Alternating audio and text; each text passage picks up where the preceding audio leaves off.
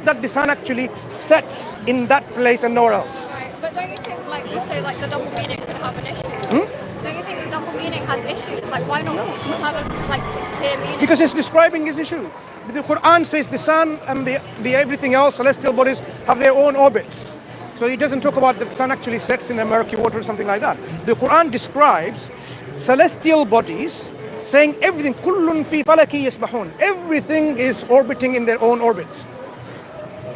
If you have something orbiting in their orbit, the question of setting, rising doesn't appear. It's only in our everyday language that when we're describing, because we have to say the sun is setting because it's coming to a position where... That's by the way, if what you're saying is correct, that verse, the new one that he just said, would exonerate that particular allegation.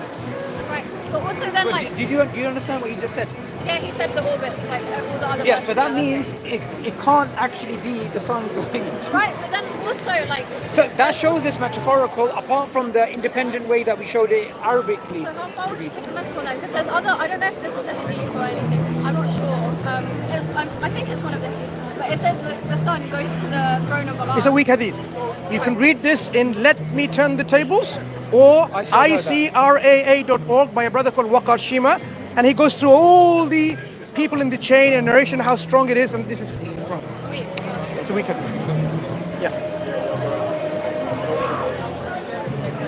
I showed her, let's turn the table, she took a picture of it. Yeah, I took a picture. Yeah, that's fine. I was going to show you this ayah of the Quran. وَالشَّمْسُ تَجْرِي لِمُسْتَقَرٍّ لَهَا ذَلِكَ تَقْدِيرُ الْعَزِيزِ الْعَلِيمِ.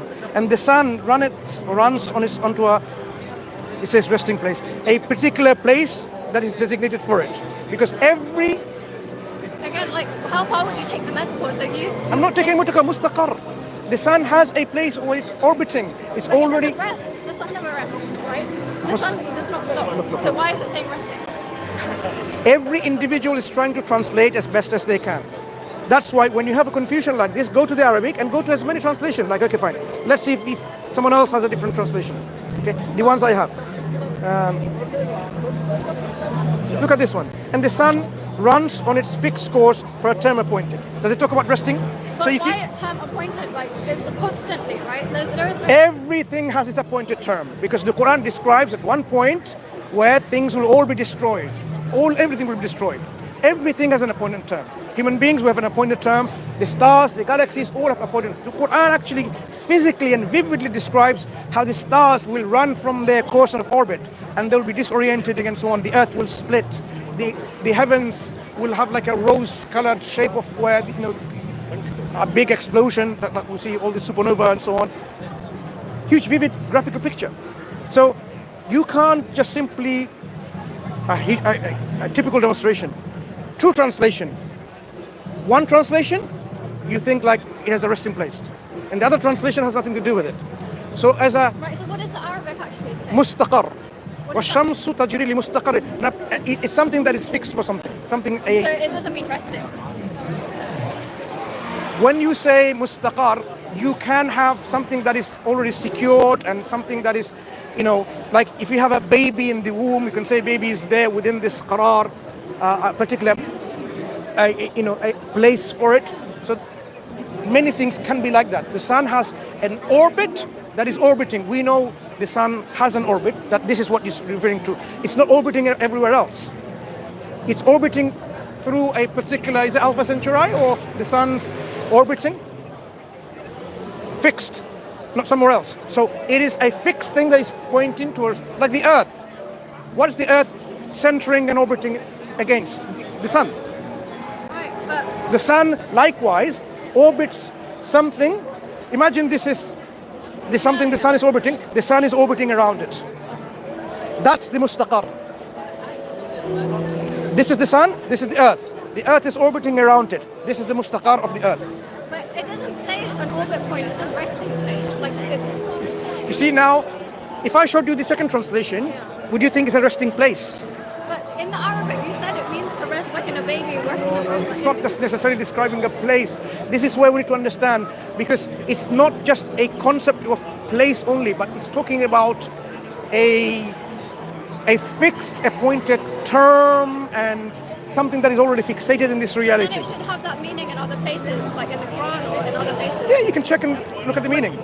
So it's used in that meaning all the time? No, but it's used as a resting place. You take the meaning in context. So if you are a researcher where there's a confusion, you'd always go, look at the term that is used, look at the derivatives, and look at how contextually it is used. This is meant to be perfect word of God, yes? So Yeah. why not use better, more clear words? That is clear. Don't have the- Hang on. Sorry, sister. The moment you say why not better, because everything has to be understood in the context. And the Quran describes in the context, no better replacement can there be. No better can there be. This is the beauty of the Quran. You cannot bring anything better in the contextual description the Quran But brings. if there's a point of orbit instead of resting place, and there wouldn't be this confusion. The Quran describes falak. Falak is what? It's like something that is. It's a word description like someone swimming. You know, it says yasbah. Falak, you can say something that people. The word, not falak, I want to emphasize, but yasbahun. The planets and sun is actually swimming. What happens in the swimming description? When people swim, do you know the trajectory of swimming? Good point. Yeah, it's like this wave type thing. The sun doesn't just do like this. Everything like they have their orbits like this. At some point it brings like this, something comes up, comes down. Yeah. This is I'm a bit confused on this point. So swimming, the and then look. This is a shape, right? Like Okay. circular. Yeah. Okay. Now the orbits of the sun is not like that. right. So it can be elliptical. it can be elliptical, it can be like because there's different sometimes that's why we have the seasons, right? Even for our earth. It doesn't do this though. It does. No. It's an ellipse, not like. How much do you know about the sun's orbit? When you say no, when you say no, you should be able to tell us. But I'm saying people who have done research on this subject. Okay, can I ask you something? Just to visualize what you're saying.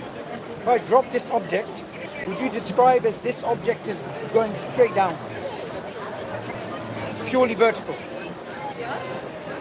But do you know whenever you drop an object like this, to our perception, it looks absolutely vertical, but you will have lateral micro movements, right? So when it comes to the description of things, if you describe them in a purely categorical way, that this is the pure, the trajectory of this, you wouldn't be describing it accurately. It doesn't follow swimming. No, but what I want to ask from you is, it seems like you are trying to find some vague reason to say that the Quran is incorrect in its description. No. However, the purpose of those verses is not to give you a description, it's actually to point to God's majesty and power. So for example, the God talks about the creations of the heavens and the earth, the orbit of the sun and the moon, and these things in generic terms. Every single Islamic scholar who's written a exegesis of the Quran for 1400 years, they've said, this is not here to give you scientific knowledge. The Quran is not there to do that. It's not. It's there to tell you about God's majesty and power, which is why it gives you generic descriptions of nature. You see, the early Muslims, to learn about the nature, they did scientific experiments.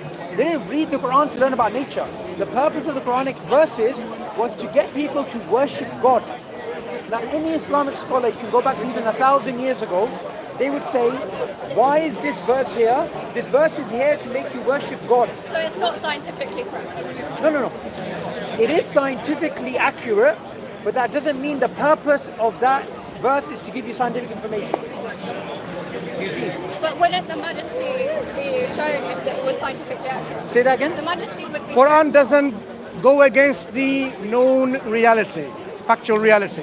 So the Quran is not going to say, for example, the earth is like a triangle. When you can go outside the earth and observe it's not a triangle. I'll give you a concrete example. Sorry to interrupt, I'll give you a concrete example. 100 years ago, the sun was believed to be stationary.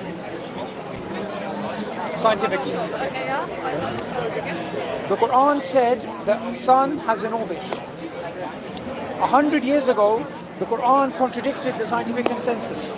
Today we know the sun has an orbit around the Milky Way galaxy. Okay? So, what we understand is what was perceived to be 100 years ago, the sun being stationary, today we know it to have an orbit. Yet, The Quran, even 100 years ago, because of its generic descriptions, it couldn't have been falsified by that general consensus. Remember, the Quran is there to give you general descriptions of nature. Now, to use those general descriptions of nature and to try and say there's something that falsifies those verses, that's impossible to do. Because you can never come up with an example of something contradicting what the Quran is saying that we know to be a known reality. If you can, then give us one. But we just gave you the reasons for why lexically that's impossible, and two, an independent Quranic verse. It's not impossible. We gave you took a different. No, it's not interpreted differently. Okay. Remember, I gave you that example where Allah says, God says in the Quran, that He will forget them like they forgot Him. And another verse in the Quran, God says He's all-knowing, meaning He doesn't forget. Is there a contradiction? Why not use better wording? Why use I will ignore you? Or Better wording is your subjective understanding of not using metaphors. That's what your better wording means. However, how do you know that's true? clarity, right? Wait. Clarity according to your subjective perspective. You believe clarity is not using metaphors. That's what you just said. Why use metaphors? That's what you just said, right? Language uses metaphors So for wait a reason, second. to make things clear. That means every single book that's ever been written, because any book that you ever read is going to have metaphors. It's going to have similes. But this is not every other book. It's meant to be perfect.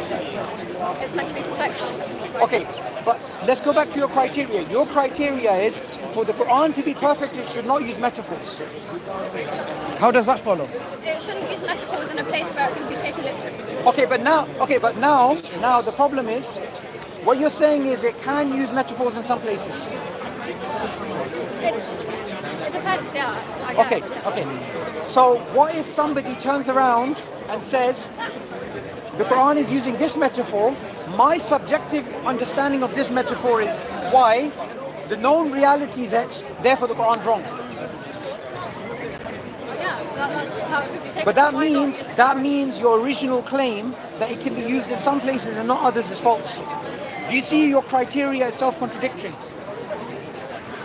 No, but there's a clear line where you can say I'm using metaphors. Show us the line.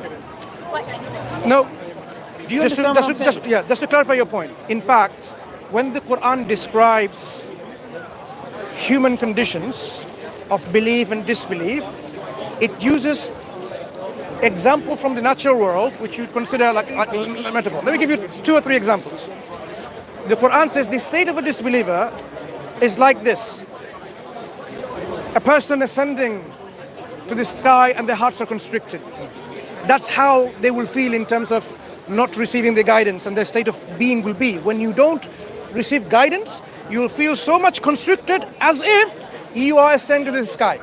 Now, human condition is described like you will be restricted in your understanding, grasping, comprehension, believing, taking things with some kind of stubbornness, arrogance, whatever, right? Human condition. But it's describing with an example, a metaphorical example, as if they're ascending to the sky. but then it should. No, I want to give you examples, and I will tell you why. Because what you're demanding is there. Okay, so we need to differentiate these particular categories of verses in the Quran. So someone who's ascending to the sky, they do feel constricted because of the lack of oxygen and so on. Altitude, higher altitude, lesser oxygen, you feel. That's why when the climbers go up the mountain, they have to carry oxygen cylinders, right? Because otherwise you'll feel really hard to breathe. So this example similitude is there provided to understand better the constriction of the heart out of misguidance and not accepting guidance.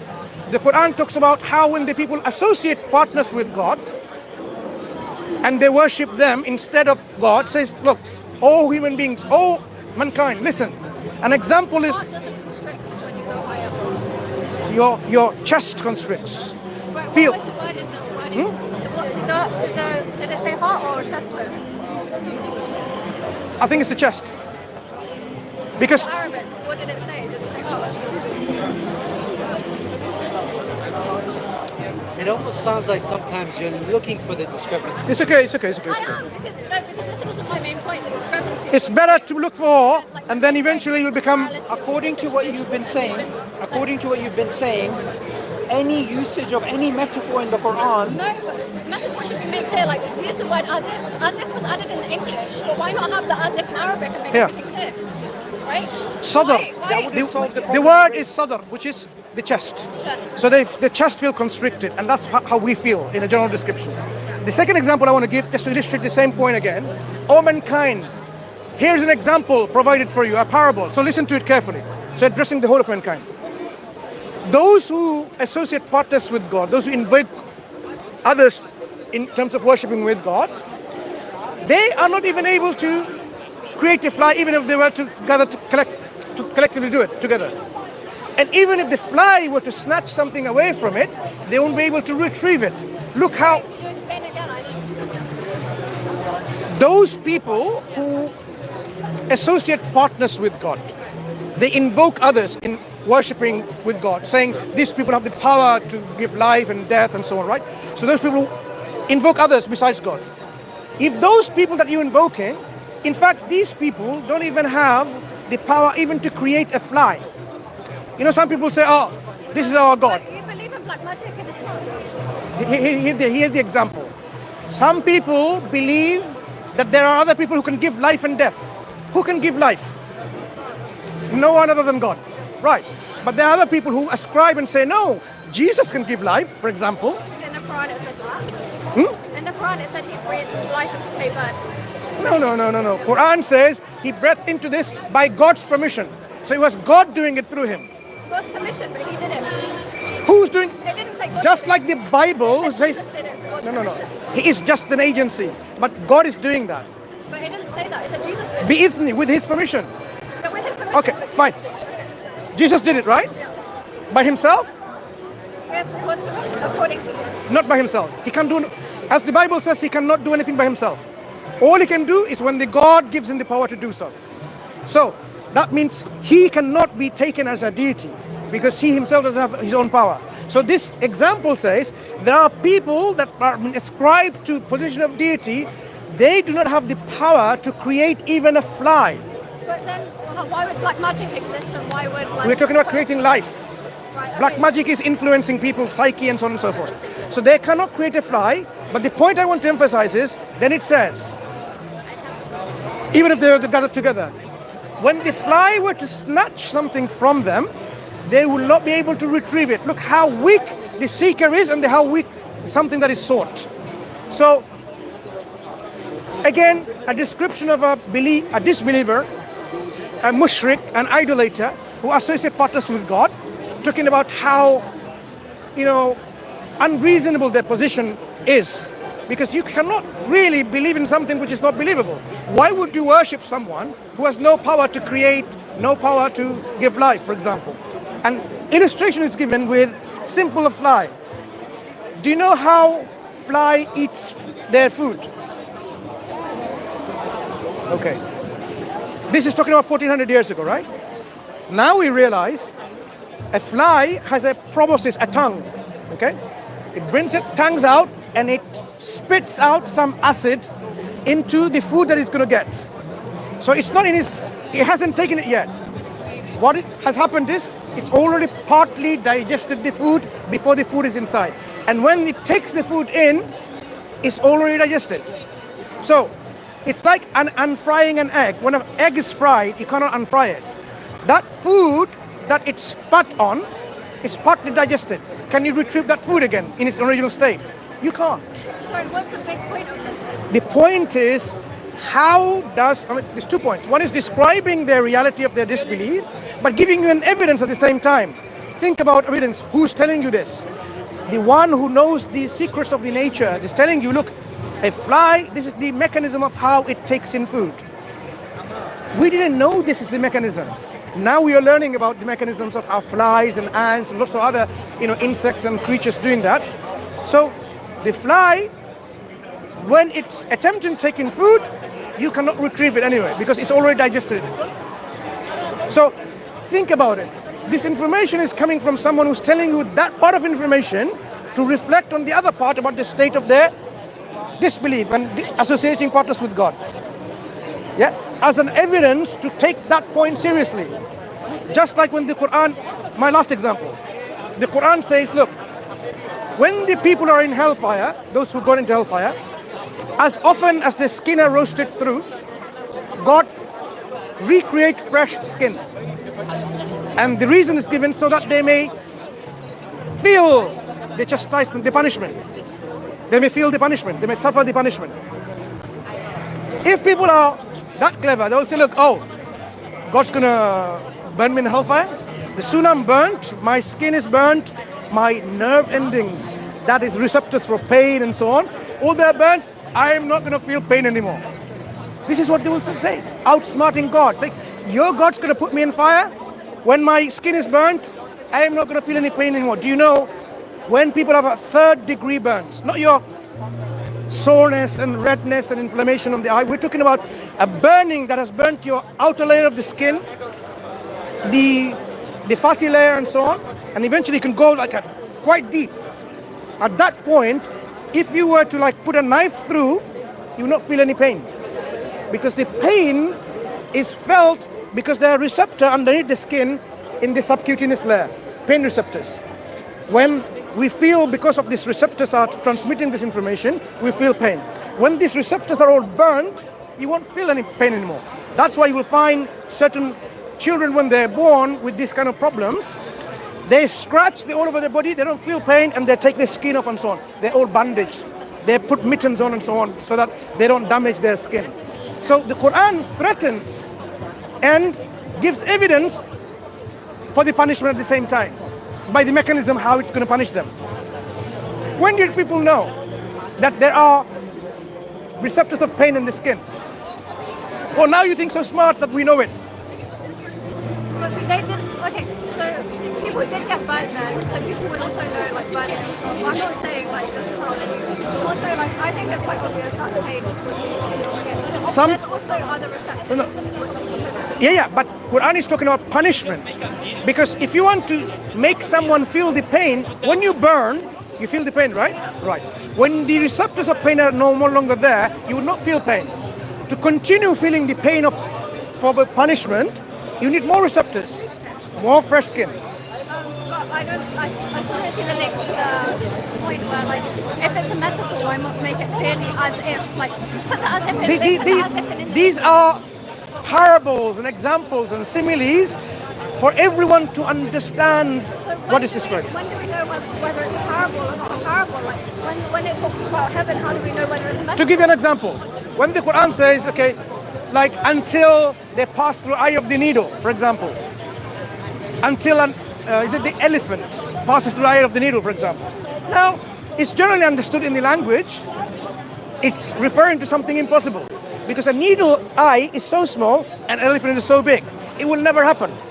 So in ordinary language, we're talking about people who have their language as a stock, and the Quran came using the same stock as well as more, developing, giving more of the similitude and imagery.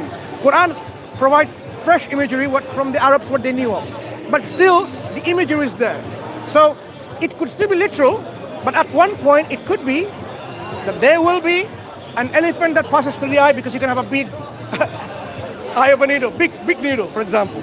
But that's not what the context says. Context demonstrates it's talking about something is impossible, because in language, this is what we do. When we want to say something is impossible, we can use certain phrases like that to show the impossibility. Again, but then like you can take anything, like any phrase that doesn't agree with like modern. No, not any phrase. So when you read the Quran, ask yourself, what is the contextual message? The context is so important, because the word on itself can have so many different meanings. The context will restrict that meaning to what's intended. To give you an example where even many Muslims, they talk about how God has certain attributes, hands and eyes and so on. We Muslims take them literally as it is until it's described by God and His Messenger otherwise. So, You have a contradiction. no. When God and His Messenger explains, the heart of the believer is in the two fingers of the merciful. Do you think people understood that to be literal? No, but then when you say God has hands and feet and eyes, Yeah. how When- do you take that literally? As I said, until it's explained away by God or His Prophet, whether it's to be understood literally, metaphorically, or literally. So this one, about two fingers, Assalamu alaikum, is, you will see the explanation. The companions of the Prophet didn't understand that this is literally how the heart of the believer is in the merciful. But when God describes about Himself, like I created with my own hands, now if the language allows that this means literally, we take it literally. Because God is unlike anything. So we cannot project our own understanding of what God is and say God is like this or not like that. The only way we can know how God is by God telling us how He is. So He says there's nothing like unto Him, but He hears and He sees. But it also said He has hands and feet. When God describes that, His hands are outstretched, we would not just take it metaphorically, even the meaning is metaphorical here. Because if the literal meaning is impossible, then of course you think metaphorical. The Quran says, look, just to give you an example, just to give you an example. A community, a Jewish people say, God's hands are tied. And God says, no. He's not a miser, He's not like that. His hands are outstretched. Both of His hands are outstretched. And He provides whoever He wills. Showing that what they were implying is not that God's hands are literally tied they were saying in the linguistic terms, God is a miser. He's not so generous. And God refutes them saying, no, His hands are outstretched. That He provides provisions to everyone. So you don't believe that He has like physical attributes? What we are saying is anything God describes about Himself, we take it in. Because we have to understand God as God describes Himself. We cannot project our philosophical speculation onto God and say, oh no, God is like a divine simplicity and He is like a one command and nah, this is philosopher's God, speculative. If you are finite, to understand the infinite, you will never be able to. The only way you and I can understand is when the infinite communicates with the finite. So when we're talking about the absolute God communicates with limited human beings, then we would know the reality about the absolute. But you cannot simply speculate about how He is or not, because you are limited. It's like an ant on my skin trying to understand how I look like. It's going to be faulty perception, right? Just like the blind man with the elephant, someone touching the body and say it's like a wall, or it's like a rope, or it's like a pillar. These are all, with our limitation, describing something greater than us. God is the greatest conceivable being. We cannot project our concept and say God is like that. The only objectively foolproof method of knowing who God is and how God is taking His words. Does that make sense? Yeah, I think somewhat. Yeah. So the Quran does talk about natural world, does talk about many things. So you need to contextualize what it's saying. Because earlier on I was having a discussion, someone says, why doesn't the Quran talk about the weight of the neutrino? Because if that was the case, then everyone will believe God exists, because no one has proven that yet. I said, look, if the Quran did talk about neutrino, people will say, what's a neutrino? Because they don't have even the concept of neutrino or quarks or protons and electrons, and using the specific terms that we want and we demand, it's going to be a book which is totally confusing and not understandable.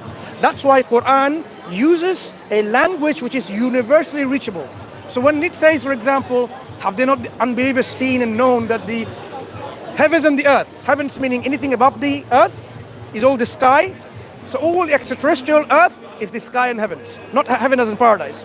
It says, have they not known? There's two things. This, samawat, and the earth was joined together as one piece and God parted it asunder. And every living thing He brought from water, would they then not believe? Language is used is so simple and clear to understand even by a Bedouin in a desert who doesn't know even how to write his name.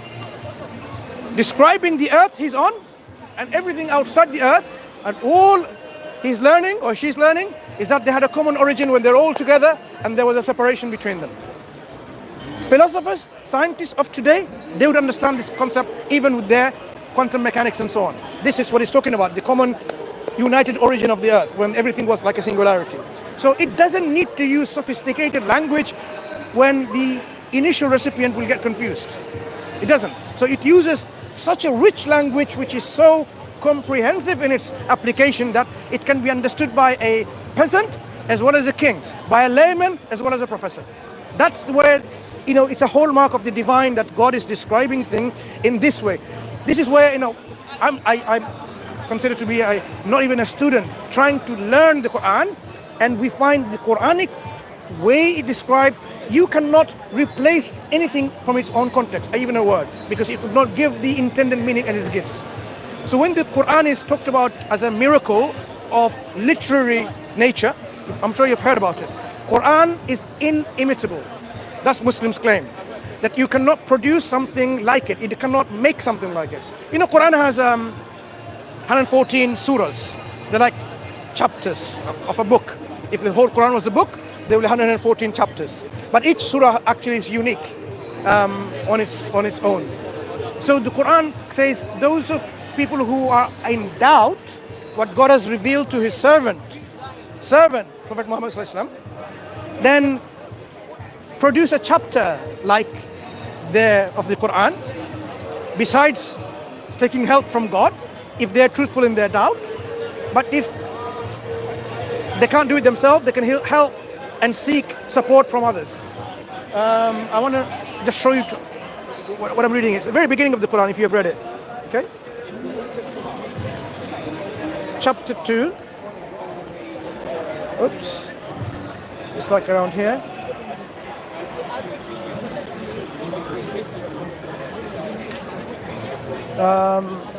Mohsin Khan is fine. And if you, it's a general terms, anyone, are in doubt concerning that which we have sent down to our slave, Muhammad sallallahu alaihi wasallam, then produce a surah of the like thereof and call your witnesses, supporters, helpers, besides God, Allah, if you are truthful. But if you do not do it, and you can never do it, then fear the fire whose fuel is man and stones prepared for the disbelievers, and give glad tidings to those who believe and do righteous deeds and so on. So it's simply saying, this is one of many verses in the Quran, ayat of the Quran, challenging people to disprove and falsify the Quran. Because any book can claim it's from God, but we need somewhere to actually test this claim. The Quran is offering what we call falsification tests, where if we apply that test and it doesn't stand up to the scrutiny, then you know it's not from God. So if people have doubt, so anyone who has doubt that it's not from God, they can simply try to imitate it with the help of others if they don't know themselves to do it. If they cannot do it, the claim still stands that it's a revelation from God with his own knowledge and wisdom. Why is it not imitable? Everything is imitable. Poetry is imitable, prose is imitable, songs, musics, all these literary and compositions are imitable. But the Quran is composed in such a way, with God's knowledge, of course, he made it in that structure that no one can imitate it. So it's not a subjective test of eloquence, how eloquent and beautiful it is. It's an objective challenge of the composition style of the Quran, as well as eloquence and meanings and grammar and so on. People have been trying. I mean, having read this and few other verses in the Quran, Muslims throughout the centuries, you better find one or two individuals who say, look, I can do it. Do you think all Muslims would simply blindly believe? Because that's impossible. We would expect Muslims throughout the world, throughout history, someone would say, no, I'm not going to blindly believe. Is it doable or not? They might even say, let me check. You will find no one. People tried, even imitate, and they stopped even from doing so. And the time when this was given, this challenge, they even said, it's not something we can do. It's like, this is like, Laysa hadha kalamul bashar. This is not the words of a human being, because they knew their capability of, to give you an illustration of what I mean, to understand the literary example of the challenge. Because if you're not someone into language, you don't understand, how can I not make something like Shakespeare?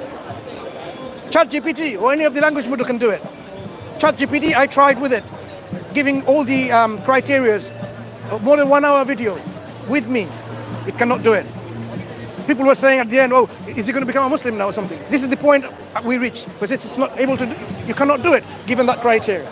So when the Quran came, it came to a people in the language they speak, but the conventional way of speaking, the Quran came in a different structure. It's like an innovative way of speaking, yet meaningful, eloquent, and had the purpose they understood it. It's not like the gobbledygook of or gibberish statements of a child. When a child does all these things, you don't know what it means. But the Quran introduces linguistic conventions of state how to say things, and yet it's meaningful and it's not only profound in its meaning. To give you very first chapter in the Quran, to show you what I mean. Okay, very first chapter in the Quran. Okay. It says like, Alhamdulillahi Rabbil Alameen. Praise be to God, the Lord of all the worlds. Huh? Every Muslim read it, they don't find anything unusual. But everything is unusual about this statement. Arabs, when we look at their stock corpus of the literature they left behind, pre-Islamic Arabs, they don't start with this particular verb, the noun here is hamd, praising, with a definitive article, all praise, in the beginning of a sentence. It's not their way of speaking. Like when I speak, I would say I am. I would never say I is, would I? Would be incorrect. They have this convention. They would not use like that. Very striking to them. Why? Because, and then the Quran of course explains throughout, like it is such a concept that it's not talking about your ordinary praise about God. In fact, every praise that is deserving belongs to God. It's for Him. Because He's the one who's maker, giver, sustainer, the one in control. So all praises, effectively, the deserving praise is for God alone. But that's not the point. One of the example, at the end, is Rabbul Alameen, Lord of all the worlds, not one world. Now here is something striking. Arabs, in their language, convention, their literature, their poetry, they had one world, alam, one world. Like the world itself means everything. Not worlds, now we have multiverses, we have different, for them, it's nonsense to say worlds, because the world itself is all there is. But the Quran says no, there are various other worlds, and God is the Lord of all those worlds and deserving praise. And then now we realize it's not this, our world is one world, there are various other worlds. So this particular wording the Quran gave is not something they could ever speak, because how can, like for example, globalization. Did people know about globalization? No, they knew about globe, but they didn't have a globalization concept. It's a new concept. These concepts are all new. As we go through the whole chapter, this is how it unfolds, everything unconventional. They don't speak like that. So when the Quran says bring something like it, they can't speak like it, because it's like a different language altogether, yet something they can understand, meaningful, eloquent, and profound. So another example, I don't want to bore you with linguistics. The Quran says no bearer can bear the burden of another individual. Like if I sin, my sin is on my shoulder. I'm not going to bear your sin on my shoulder. Okay? God is such that He's not going to place your sin on my shoulder. I'm responsible for my own sins. So no bearer can bear the sins of any others. The word it is used, لا تزر وازرة وزر أخرى, something like this in the ayah. If we were to use a substitution of the word as a synonym, another word is called hamala. The word hamim lam with this particular trilateral roots. So no bearer, but when this word becomes hamil and tahmilu or yahmilu, the automatically meaning changes in this construction to someone who's a pregnant woman, because a pregnant woman is called a hamil, someone who's. So the synonym placed instead of the word wazara, waziru, taziru, using another word, changes the meaning altogether and that becomes funny, laughable. Like no pregnant woman will bear the pregnancy for another. I mean, in the context that you're saying, it doesn't make much sense. That's substitution of a synonym. So every statement of the Quran is such that you cannot just substitute. Like when the Quran says God is one. A small chapter in the Quran, 112 chapter of purity. that word is one, you would know the concept from the Jewish Christians concept like ahad and wahid. If ahad, you probably heard. This word is ahad, ahad. No Arabs, even to this day, would say like he is one as a noun.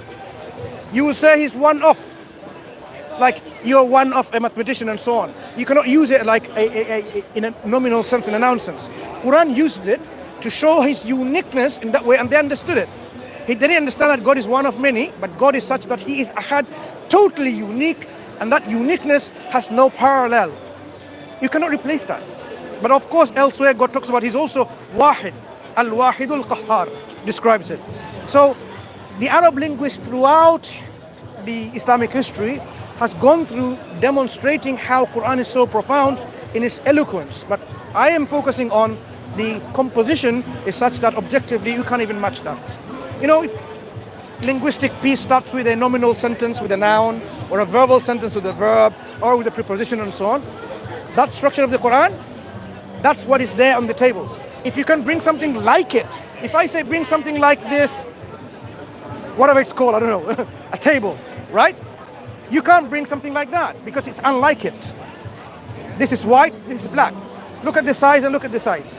But if I brought two things very similar, then at least you can say, okay, we can see a lot of likeness. So the Quran is saying, bring something like the Quran. So throughout the Quran tells you how it's like. And this is what people fail to bring something like. They can't bring a whole book like it, they can't bring 10 chapters like it, and they can't bring one chapter like it. That was a falsification test. If people can bring something like it, then they should be content and satisfied. It's not from God, according to the Quranic own standards. The Quran also makes another falsification test. If this Quran was from any other than God, then you will certainly find many ikhtilafan, many discrepancies, many inconsistencies, many errors, many mistakes. Just like the other example I said, like someone can try to outsmart God and say, look, there you go. Your Quran says you cannot find more than one ikhtilafan, like the word ikhtilafan, right? One form. Imagine the word inconsistency. God says you cannot find more than one consistency. And somebody finds in another place, look, but you're talking about consistency here. Two words, wrong. Even this word ikhtilafan in this form is the only time it occurs in this verse and nowhere else in the Quran. So even someone trying to outsmart God and saying, look, but I found another ikhtilafan, another word called inconsistency, it's there, so there you go. You cannot even find another word. So look at the divine wisdom and planning that he is eliminating even those excuses people can make, that he's restricted even this word alone and single in the whole of the Quran. So the point is, the Quran is saying, if it wasn't from God, you would expect many discrepancies. Common sense tells me that's exactly the case. If a book is composed by human minds, individually or collectively at a certain point of time, they are going to demonstrate within the Quran information that will show limitation of their knowledge. Then when the discrepancies do come up, then you guys say it's a metaphor. No. Where is the discrepancy, internal discrepancy between the Quran? I mean, You mentioned one just now where you said I forgot which one it was. But you said one disproved the other one, so we don't take it as true anymore, right? No. I said, when God is describing about his attributes, literally, we take it unless the text, the context, the explanation of the Prophet or God tells us to understand non-literally. If there is no explanation like this, if there is no cue for this, we say illah in Arabic. If there is no reason to take it metaphorically, your prime initial position to start with will be literal. Unless you have to take it metaphorically by these reasons that must be present. You cannot just willy-nilly take everything metaphorically. That's a disease of the heart. Yeah? So when the Quran says, if it wasn't from God, you would find many discrepancies. A honest researcher, when they honestly and thoroughly, deeply research in the Quran, and if they find a discrepancy, they have all the right to say the Quran is not from God by its own standard. That's the confidence the Quran shows you in its divine hallmark that it's from God, saying you will not be able to find it. And that's why when we are speaking and engaging with people with this confidence, we say, okay, fine. I mean, if you don't know, go and search the internet. People have given you examples after examples, contradictions in the Quran, and go through each example and we can show you how you can just cross them off.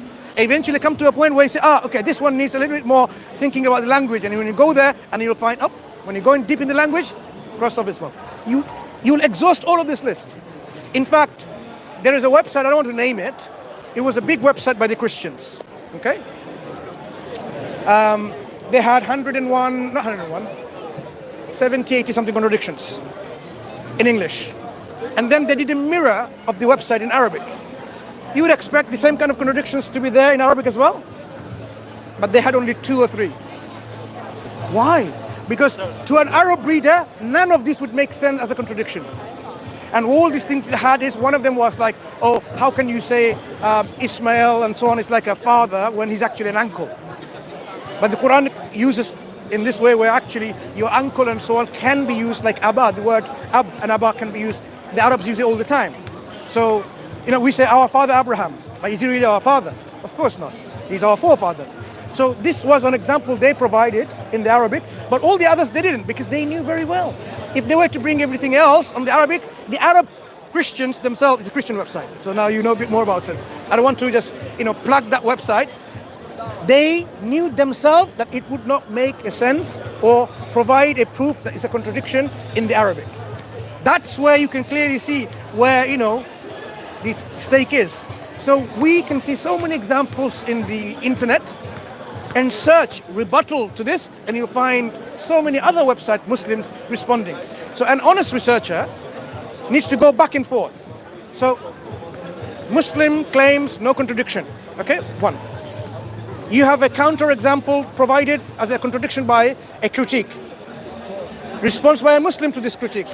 Response by the critic to the Muslim. Go several levels and eventually come to a point you'll realize it doesn't look like a contradiction. That's where you can stop. Don't stop at like these first 2 criteria or Muslims make a claim and that's it, it's true. Where's the criticism, the counter, the rebuttal? Once you've seen a few, and then you eventually will realize I've done enough to come to a point where it makes it very clear the strength of the evidence or the weakness of the evidence, and I can make up my mind. This is what Islam provides, because, think logically. Why would why would an imposter, if he was a prophet who was an imposter, risk and put everything on his stake about his prophethood when he's saying, look, if you do this, then I'm not a prophet of God and God doesn't exist and I'm a fake. He gives you all the opportunity to expose him. Why would you say, for example, look, the Romans have been defeated in the nearest land, but within 3 to 7 or 3 to 9 years, bid'a sinin, they will be victorious again. If somebody is an imposter, why would they say, which is nothing of their business, about 2 superpowers, the Byzantines and the Persians, fighting with each other and saying, look, the Romans have been defeated now, but soon, within this 3 to 9 years or 7 years, I can't remember exactly, this phrase means, they will be victorious again. What if, within that time frame, they were not victorious? The Romans, even though they're defeated now, and they remain defeated, within his lifetime, about 10 years, he will be totally debunked as an imposter, a fake individual making predictions which are false. Why would someone do that? Unless someone is really indeed talking with the knowledge of God with that confidence. And that exactly happened. Later on, this is how the Romans, when they initially defeated, they regained victory. We can learn this from history. Why would someone do that? This is an example to show you how the confidence is such that demonstrate the knowledge that person gives you cannot be of his own. Like he says, the Quran says, you did not know this before. To a community. If he was an imposter, Prophet Muhammad sallallahu alaihi wasallam, a fake, he is known among his community how much he knows, how much he doesn't know, because he grew up among them, right? But the other people, they travel.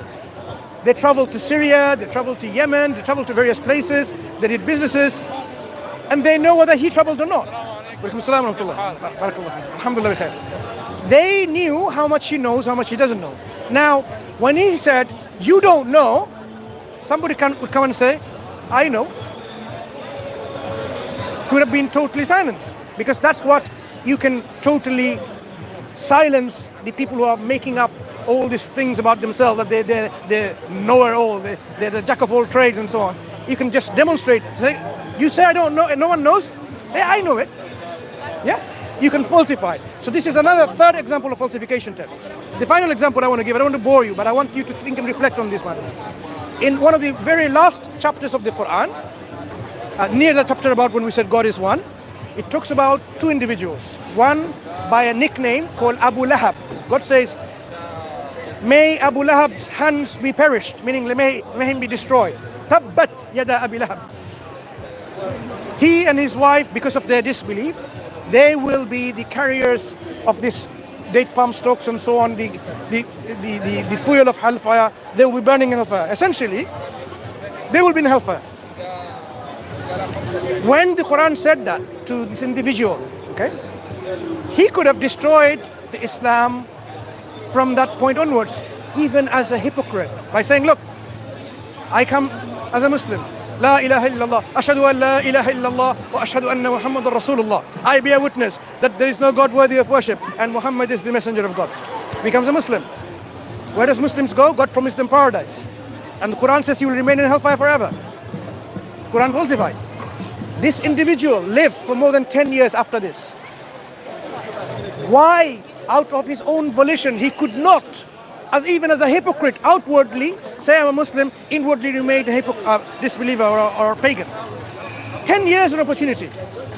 What gives the confidence of the author of the Quran to say statements like that, making people live for another 10 years to prove it false? Every time within this 10 years. So these are examples, I mean there are many others, but as I said, my last example, to demonstrate how the Quran gives falsification tests during its time. There's two of the examples, but you didn't know this before, or you'll go in hellfire. Islam could have been falsified then, or the other information today, imitate a chapter like the Quran, or find something discrepancy in the Quran. Why is it people are failing to do so? That's where we get the confidence from the Quran that indeed these are the divine hallmarks, the fingerprints, as we say, of the divine authenticity of this book is from God. Because any book can claim from God. This gives us the evidence and confidence to accept it. Because how else are you going to accept it? Because the Prophet is no longer with us. The book has to provide us the evidence to believe in it. And this is why we said the Quran is the living miracle, everlasting miracle, and it will provide this evidence until the world comes to an end. So many things we think what the Quran says about natural world and so on, we know it all, but actually no. There are levels of knowledge, it will be unraveled even in the future, then people will appreciate even more. It's like peeling the onions. Every layer you take, you learn a bit more about what's there. So as time goes on, these layers will be unraveled and we'll know more and more about when the Quran describes things. Yeah? So Quran describes natural phenomena. We might think this is what it means because it looks like what it is, but actually it could be, on a deeper level, the other meaning. Like one of the meanings the Quran says, let man think where he's created from. Created from a gushing fluid, coming in between from the backbone and the ribs. You've probably heard of this. People are saying, oh, look, he's mistaken the Quran there. We know the emission from the man does not come from the backbone and the ribs. It comes from lower down and so on. So wrong. And when it's pointed out to them, but actually, look, it's not talking about the actual fluid itself. It's making two arguments. One is about the fluid, how it's self-emitting. Gushing fluid, the Quran uses the word by itself. Mimma dafiq, not madfuq. The Arabic would have been used something that is being propelled, but it's like self-propelled. We know how the sperm is propelling by itself with its tail. You've probably seen these pictures, right? It's motile by itself. It just journeys along to go to the female counterpart where it's going to fertilize. So that's an example where, it's not something that's visible, and the Quran highlights that. But then it talks about how the human being is emerging from in between these two places. And during pregnancy, this is exactly how from the backbone and the ribs, this is the place where it's talking about the baby comes. The point is how... No, but this is in between these two places, backbone and the ribs, this is how the region is. Here and there, this is the area. Because the backbone starts from the tip... Ribs contain organs. The baby does doesn't go. No. The backbone, what is in between? The backbone starts from the here and all the way to the coccyx. Yep. So the area covered in between this region. Why the Quran starts firstly by talking about, look, by the piercing stars and how talking about the protection of a human being. Half is like, there's a protector over it. No one, let me show you what it means. Because this baby is protected by this kind of mechanism, just like you. It's not between the ribs and the backbone. This lower abdomen here. The ribs. No. Why are you forgetting the backbone? Yeah, but it said between the ribs and the backbone. Or what is it in between these places? Okay. The chest. Okay. Between A and Z, which letter? All of them. Why didn't you say the middle letter? Because it's nothing to do with middle. It's whatever You this. only have ribs from your thoracic vertebrae. You don't have ribs where the baby is born. Yeah. But in between these two places, this encompassed, this is what we're talking about. When we are talking about a position on a human being, anatomically, we talk about the anterior position and the posterior position, like a cylinder. Okay. In a cylinder, you have to describe by what's at the front and what's at the back. Yeah. If you want to describe something that is what's protecting it, this is what you have, the ribs, and these we have the backbones. The ribs is what is enclosing the whole, No, only your chest. the baby is enclosed within this. Hurry up. The baby is in between, because that is part enclosed within that. Your uterus is down at this level. Yes. Your ribs stop at this level. Yeah. So why are you saying in between inside? Because you meaning Because you said the backbone and the ribs. The backbone and the ribs, the enclosed space is the chest area. no. Let me give you an example.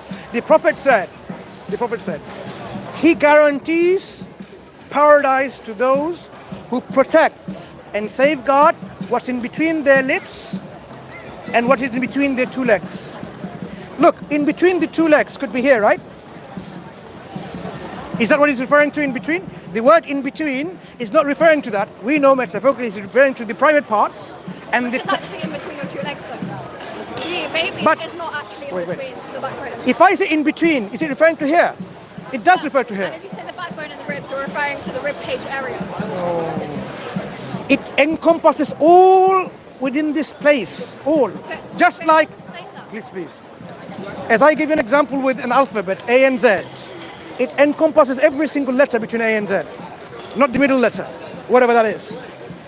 When the Prophet says in between the legs, it doesn't mean in between the two ankles, but it can refer to that because that's in between the two legs. But we're given an actual situation between the ribs and the backbone. Between the ribs and the backbone is specific. It's not all the way down the backbone. The Quran is using something, as I said, look, about protecting things, something strong support and so on. So using a star as a bright piercing star and gives you an example of that. And another level of evidence in there, but I don't want to just go to there. And then it tells you how man emerges in between these two places. But it doesn't mean that exactly it's from here. Because it encompasses all of that. No, but when we talk about ribs and backbone, come on, help me out. No, tell me. When you talk about a position of a cylinder, I talk about the anterior position and the posterior position, the front and the back, okay? In this cylinder, the front part I can talk about is this. The ribs. And Ribs. if you talk about the back part, then you Yeah. contain within that section of the ribs and the Yeah. backbones. You cannot talk about areas where there's no ribs at the front because then we're not describing that area. The ribs is not something, which again, you are taking literally in between means. So, One second. Again, the word in between two things, right? That's what we're talking about. In between two things. So you have A here and you have Z here. So in between two things, why are you saying every single point within this 2 points? Right, yeah, Why? because it says between. Right. So But in every single point between the ribs and the Backbone is where? It's from here to here. It isn't where the baby. where does the backbone end? Coccyx. Yeah. Yeah. Okay. That part is already there included. But the ribs end at T12. The from here to there, all the areas in between, or No, not? it's not because the ribs only enclose up to here. If all the area, then all the ribs will Okay, go down. Right? okay.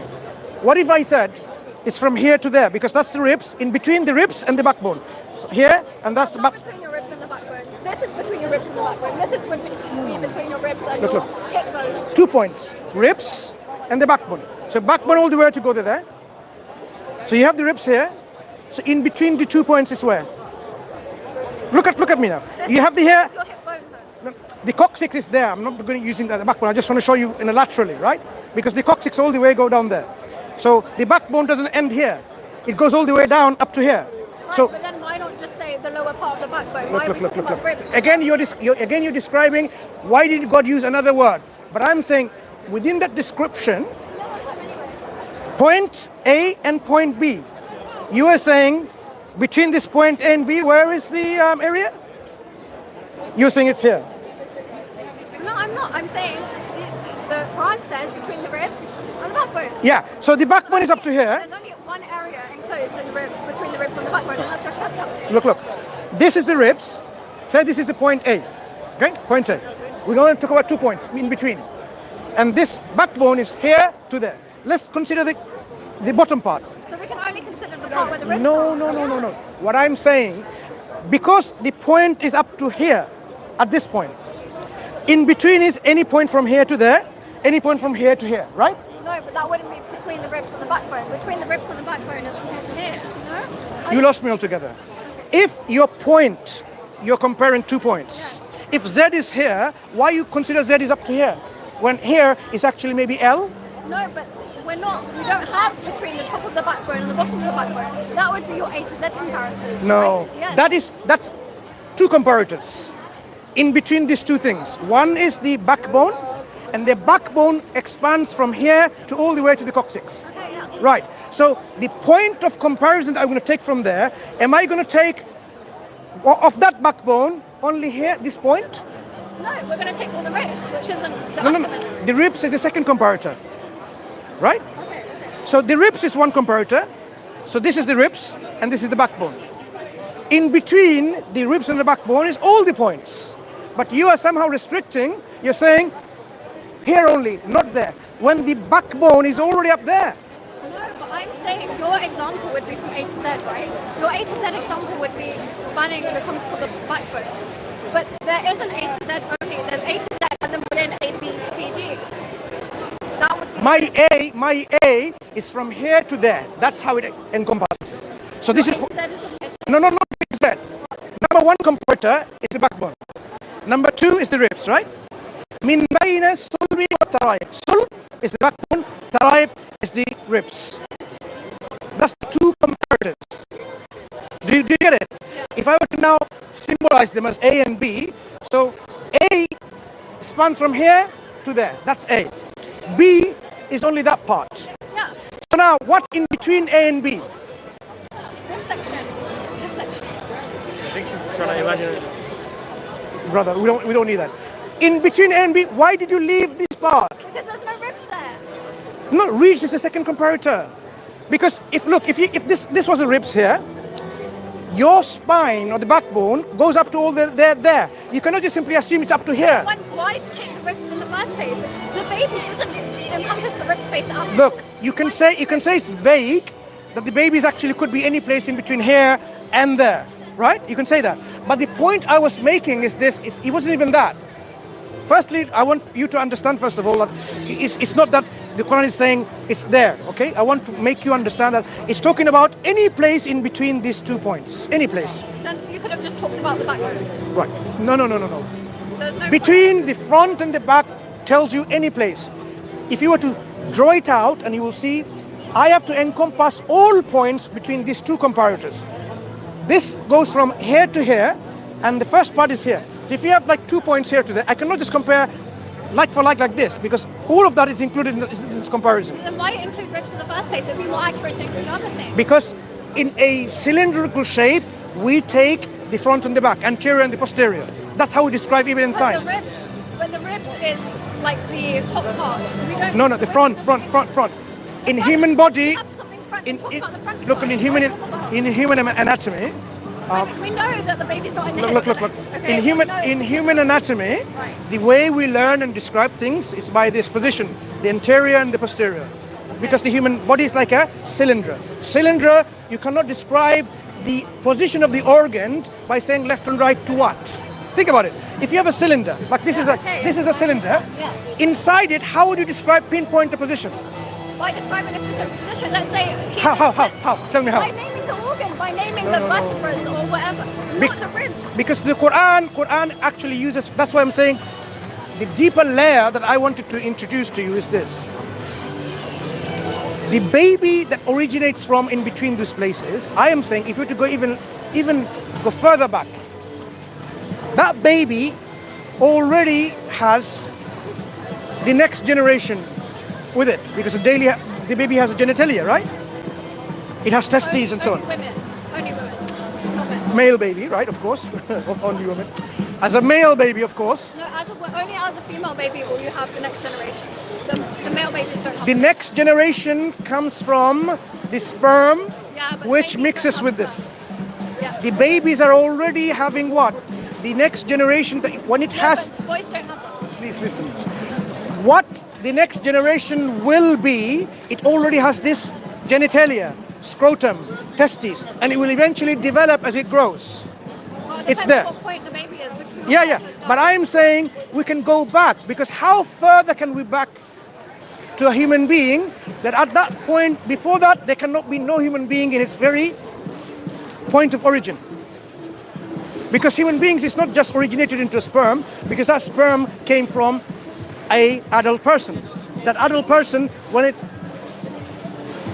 impregnates a female, for example, and then a baby develops, the baby is already developing the next generation. If you go back to where you can go back further and further, before the baby developed all this genitalia, before the baby itself became a fetus, we're talking about the very first few days of differentiating of cells, where there will be germline cells, somatic cells, and the germline cells. At what point will you see these germ follicular cells, which will then develop into the germline cells, which will develop into gonads, testes, and so on. If you go back all the way, the further you can go back to a point where before that, totally undifferentiated, the scholars, Muslim scholars have shown, it comes to a point where you only go back to a point where within this fetus that's developing, it's in an area in between the developing ribs and the bones as it's going to be. It's pinpointing that exactly. Those cells that is going to migrate and emerge, eventually to develop, is in between the two localities, which will eventually, as they grow and develop, it will develop the backbone and the ribs. That's how far it's gone. So one can say in the future, when this knowledge is more and more prevalent to people that understand easily, just like how we know, like where, the human But this is talking about males, right? we're verse talking is about males. male. No, we're talking human. No, but when it says the flow of Man. fluid, It's about man. so Let's it's not consider. males, or is it for males? It says, let man consider from where he is created from. So he's created from an spurting, gushing fluid, and then says, and man that emerges from in between these two places.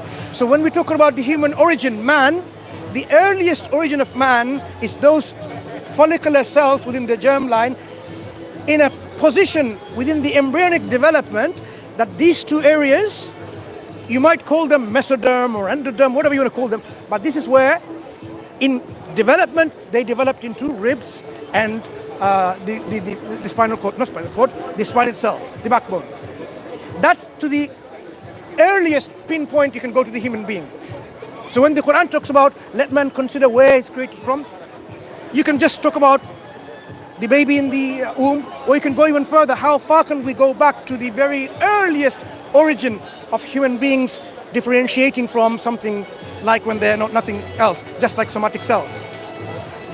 But using that logic, you could say like, oh, it can come from anywhere since we're one cell line.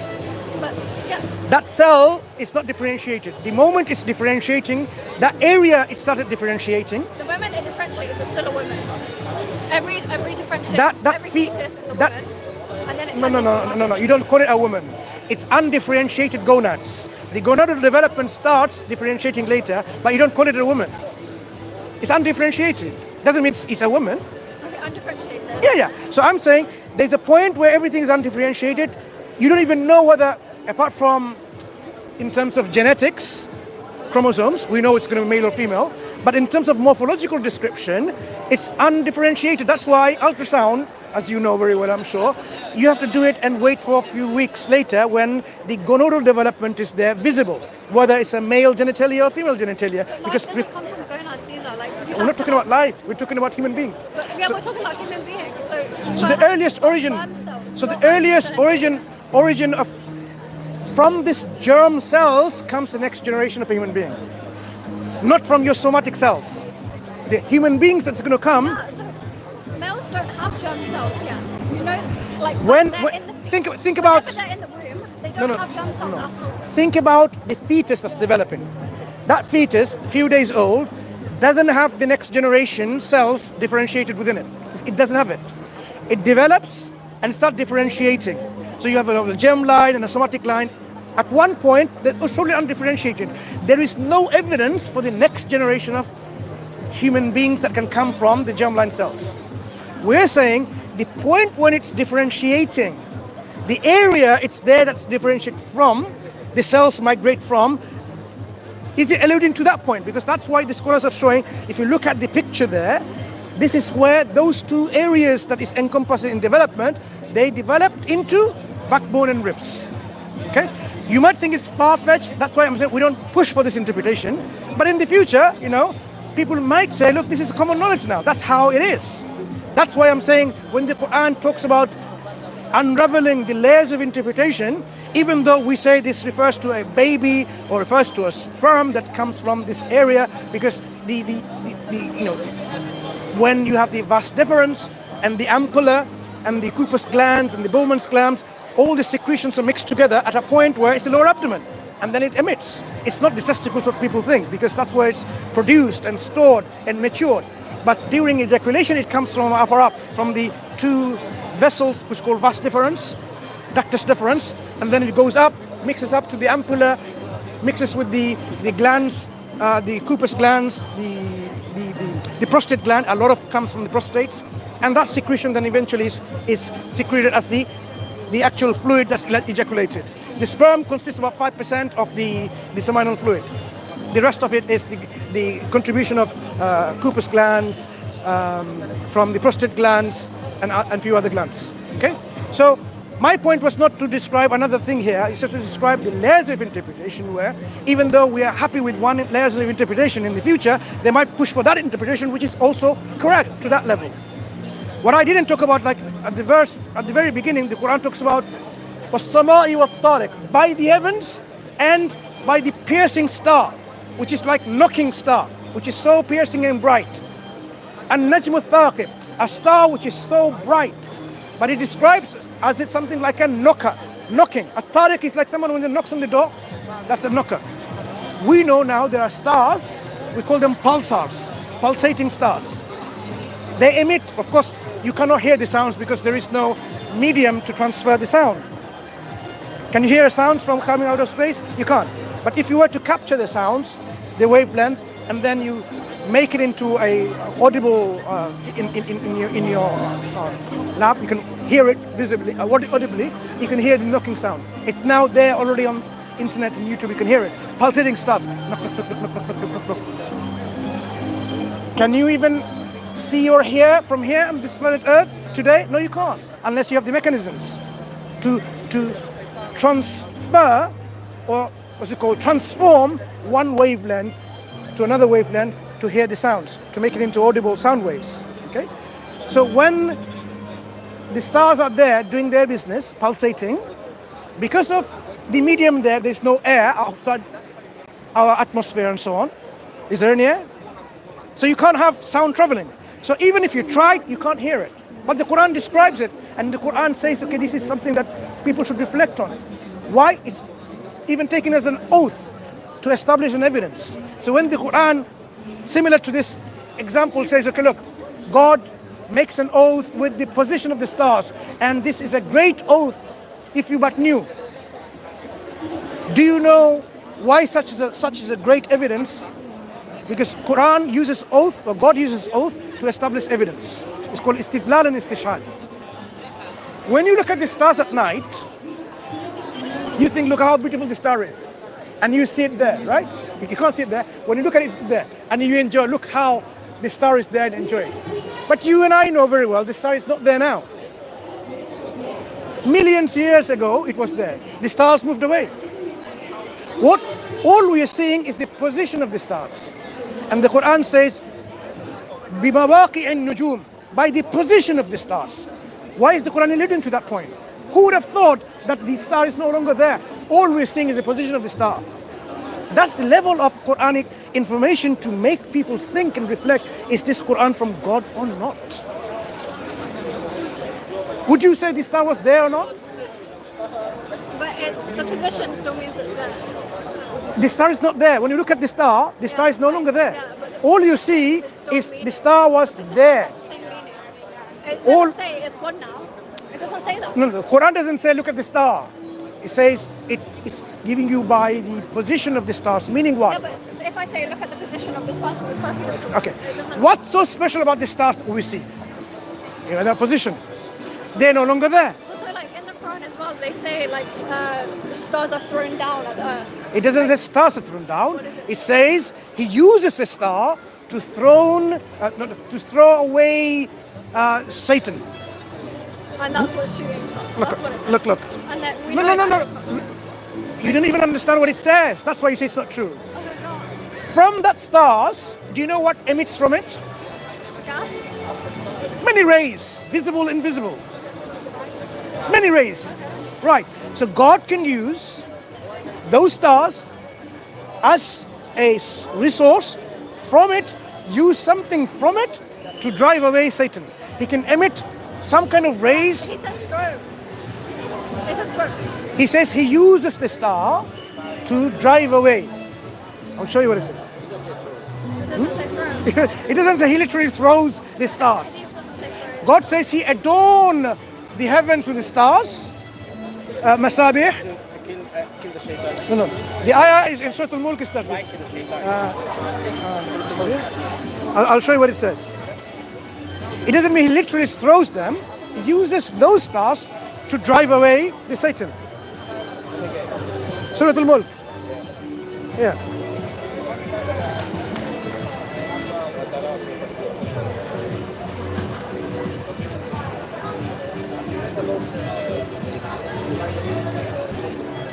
He has beautified the heavens, adorned the heavens with lamps, masabih, something that is actually burning, because the sun's burning.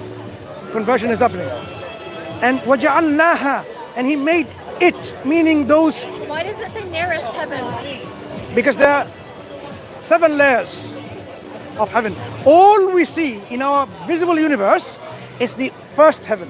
So this heaven is referring to Jannah. Our visible universe, whether to the furthest that we can see, is the first heaven, because the first heaven is adorned with stars. So is this heaven referring to universe or Jannah? If you say heaven as a celestial area, extraterrestrial, beyond the earth, that's all what the Arabs understand to be sama. The Quran uses the word sama in singular and samawat in plural. And it tells you there are sab'a samawatin tibaqa. There are 7 layers of heaven, one above the other.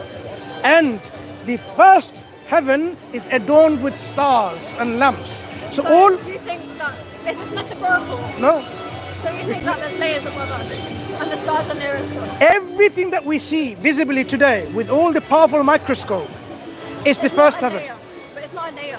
Please understand something.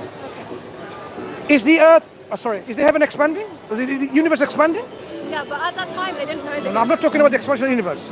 Physically, we know it's expanding, right? So it's not infinite already. The universe is not infinite. It's expanding. Something that is infinite couldn't expand anymore. It's already expanded. So it's expanding. So it's limited. What we're saying, this limited cosmos, a universe, whatever we see beyond the earth is the first heaven. Beyond that, we haven't got the technology to reach to the next level. All we can go and see with all our powerful, But what does heaven spaceship. mean here? Does it Heaven- mean Jannah or does it mean the sky? Oh, that's what I'm saying. Heaven doesn't mean paradise. Anything that's above the earth is called the heavens. But there is no above us and below us. Everything is around us. Anything that is above the ground, wherever you are, is called heaven. So this is called sky. The sky. The first sky is adorned with stars. So any furthest galaxy that you see with a star It's in the sky or heaven? let's get it clear. Let's get it clear. The Arabic word uses ard, which is earth. Similar kind of word, right? Which is referring to the earth. In the Arabic language, anything beyond this earth, which is above it, in every direction, whether you're here or the bottom layer of this earth, the people there, above that is called sky. That sky, the Quran says, is not one sky. It says So what word is used here? So the sky is used here? What is used here? the word is sky, sama. So sky. So why is it heaven? So because the No, stars aren't- don't forget the word heaven, because heaven can also mean paradise. Confusion. Leave that word. Let's use the word sky. The sky, again, in English is confusion, because people think that's the sky. And before that, above that is no sky.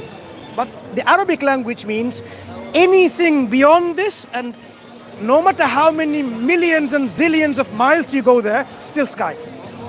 That sky is adorned. That's not how it was interpreted at the time, was it? It's only interpreted now. The because we know Arabs understand the earth Arabs at the time. at the time. At the time, Understood this. they understood the earth and the sky is that relationship.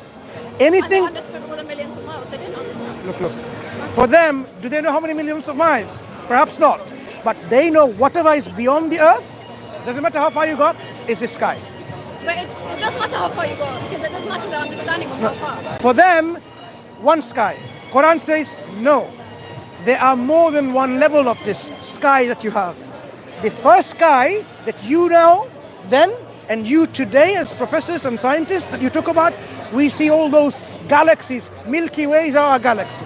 There's other galaxies. Hundreds and thousands and millions of galaxies. All of those, we're talking about stars, clusters, right? All of them is in the first sky. God is using those. And he uses this here. وَجَعَلْنَاهَا, he uses this lamps, masabih, rujuman, as driving away. Missiles? Yeah. So it's, No. You think that the lamps themselves are thrown away. I am saying, what's the translation of missiles? Can you say, because they wouldn't have missiles then, so what's a better way of that's why I'm saying, use the word as I use it, to drive away. Drive away. Is that actually- Right? Okay, but like, would they actually use So it when to you drive away? throw something, to drive away, Word in other circumstances when it's used in the Quran and Hadith, is it used in the context of driving away? this one is to throw away. Yeah, so it is to throw. Right. Okay. So why do you assume it means to throw away the stars? Because in other contexts it's used to throw. In this context, God is saying he's using the star to throw away. But okay, at the time before they would have used the interpretation throw away because that was the interpretation. They do not interpret like, some people may have interpreted that these are the shooting stars, right? Shooting stars. But what we're saying is, linguistically, Only today have no. they tried- Linguistically means at all times, all language, from the very beginning of the time of the Quran is revealed. That's what I mean by linguistically. At that point, language allows that this device called the lamps within the first heaven is used to pelt the devils, the Satan. What is used, you are assuming the whole thing itself. What I'm saying is, it could be But then cosmic. why would it not say the cosmic rays? You are again forcing retrospective force. It's called the fallacy of presentism. Everything that we know today of cosmic rays and so on, they should have known, and the Quran should have used that thing. They don't know. People didn't have this kind of knowledge of neutrinos. Why should the Quran talk about neutrinos then? I don't say they should talk about, but why talk about this when So it's not the specific? Quran uses, think about it, how generally Quran uses, of those stars, God will use it to pelt the Satan. Now, the mechanism itself is not told. Is it the whole thing that is used, or is it something from it? Now we realize, Why would it not say apart then? look. It doesn't say that. Think about it. If I say, I use this cup to hit someone, yeah? Does it mean I actually throw the cup? Or does it mean something from the cup, I have a button and it sprays liquid onto it Then you and would hits? say it's sprays liquid. Hit, it's still hitting. I'm hitting him. Because if you say you take the cup and you hit him. No. I didn't say I take the cup and hit him. That's why you're assuming what the Quran says. Quran is saying God has adorn the first sky with lamps, and he uses this lamp to pelt the devil. The mechanism is not there. You are now saying, oh, my understanding is, the mechanism is, he literally throws it. Linguistically, I am saying, this doesn't have to be, because the language allows, it can mean anything from this is used to pelt. So now we're in a better position to know that actually, yes, there are many things that is emitted from the stars, rays, radiations, lots of different things. Some we see, gamma rays and so on. Some we, not gamma rays we can see, some things we can see, some we don't see. And these can be used to drive away. Because the jinns the Quran talks about, they're not made flesh and blood like us. But they're on this earth, right? Are they on this earth? The jinn the Quran talks about, shayateen, which is among those jinns, they had the technology already where they could ascend to the sky and try to go up and listen to lots of things. And when the Prophet Muhammad ﷺ came, they stopped. When the world, during the last end of days, people will try to flee from this world and go elsewhere. The Quran describes this. And God says, you would not be able to do so unless He gives you the ability and the sultan. That means, even in the future, people will have the ability to go, the earth is already disintegrating. They'll say, okay, let me go to another planet. They'll try to do that. But even at that point, they will be hit with celestial bodies and so on. Because at that point, whole universe is going to be destroyed. Because that's the point of the eschatology, where everything will be totally destroyed and there will be another renewal. So when the Quran talks about these mechanisms, they are already Quran describing that they used to, the Quran says about the jinns, we used to listen, we used to ascend to the sky in Surah Al-Jinn. I'll show you very quickly. To understand their capability was more than us, right? Surah Al-Jinn is here. I'll show you very quickly. So I'm just checking the time. Yeah, no problem. The jinn himself Yeah, look. says that we cannot hear it anymore. Sorry, I didn't catch it. What did you Sure, say? sure. Look here. And we have sought to reach the heaven, the sky, sama. But we've found it filled with guards, stern guards and flaming fires. So, shuhuba, shadidan, extreme, piercing, it's not flame necessarily that you can see. There's something that is, it could include cosmic rays that you can't even see. So whatever that element is, they're preventing and guarded by those things. So whenever they want to ascend, they would not be able to. Look what it says here. We Ascend to where the used to sit in the sky, going up the sky somewhere. Look. The earth, go beyond, we're talking about celestial bodies. Within the celestial bodies, God's other creations are there operating. God's other creation, the angels. The angels is traveling with information, going there with their directives and commands and so on. They're talking with each other. These jinns, they used to try to snatch information from them by going there and eavesdrop. But during the advent of the Prophet, last messenger, that stopped. They were got. Scientifically, they could hear in space. I don't understand your point. They What's the entire look. purpose of that? Receiving information signals, you are assuming just like us. We're saying they have the technology, even go to the space back then, during 1400 years ago. Think about the technology they had 1400 years ago. They were already able to reach celestial bodies. So the technology is much, much greater than us. So don't assume their hearing is just by mechanism. They could have, how do I hear now? Speaking to my friend who is miles apart, thousands of miles apart. How do I hear my friends? Waves, sound waves, transmitting. It doesn't mean his voice is literally projecting, but something that is projecting from his mouth, then transform into wave signal. This is broadcasted to a signal transmitter, then a receiver which receives it, translates it back from the sound wave, the wave signal wave, whatever wave that is, to a sound wave that I'm hearing. They had the technology to eavesdrop and listen. Okay, I don't know the mechanism, but I have no clue how the technology was. But as we all know, they did go. They had the ability to do so. So the Quran is saying they are thrown these kind of things to prevent them as a guard, no longer there, because they should know now the end times is coming. It doesn't mean end time is literally coming now, because with the advent of the last messenger, the signal has come. The world's going to come to an end because there will be another messenger. It could be 1,000, 2,000, or 100,000. We have no idea. No. We have no idea when the world's going to come to an end. But when the Prophet ﷺ came 1,400 years ago, he's already signaled the end is near. But how near? The Quran and the Prophet explain. Where it says 1,500 years. No. It does. There is no Sahih Hadith. There is nothing about when the world's going to come to an end. The Quran says no one knows. I'm pretty sure. Wait, can I Google? You can have a look at it. The Quran, there is no information at the time when it's going to come to an end. Only thing that we have is signs of the last day. There will be minor signs and there will be major signs. So we have seen lots of minor signs. We are coming to see lots of one or two major signs. And then the end days will come. Yeah? No human being. Yeah, so what does it say?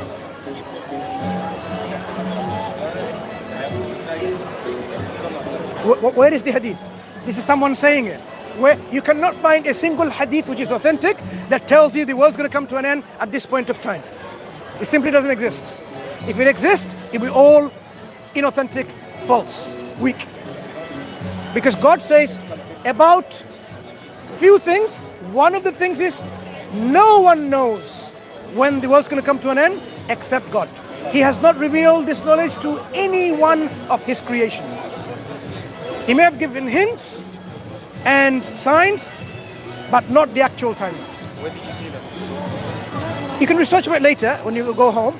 You will not find, you can go do reflect on it later. There is nothing, because Muslims knows that this knowledge is kept hidden.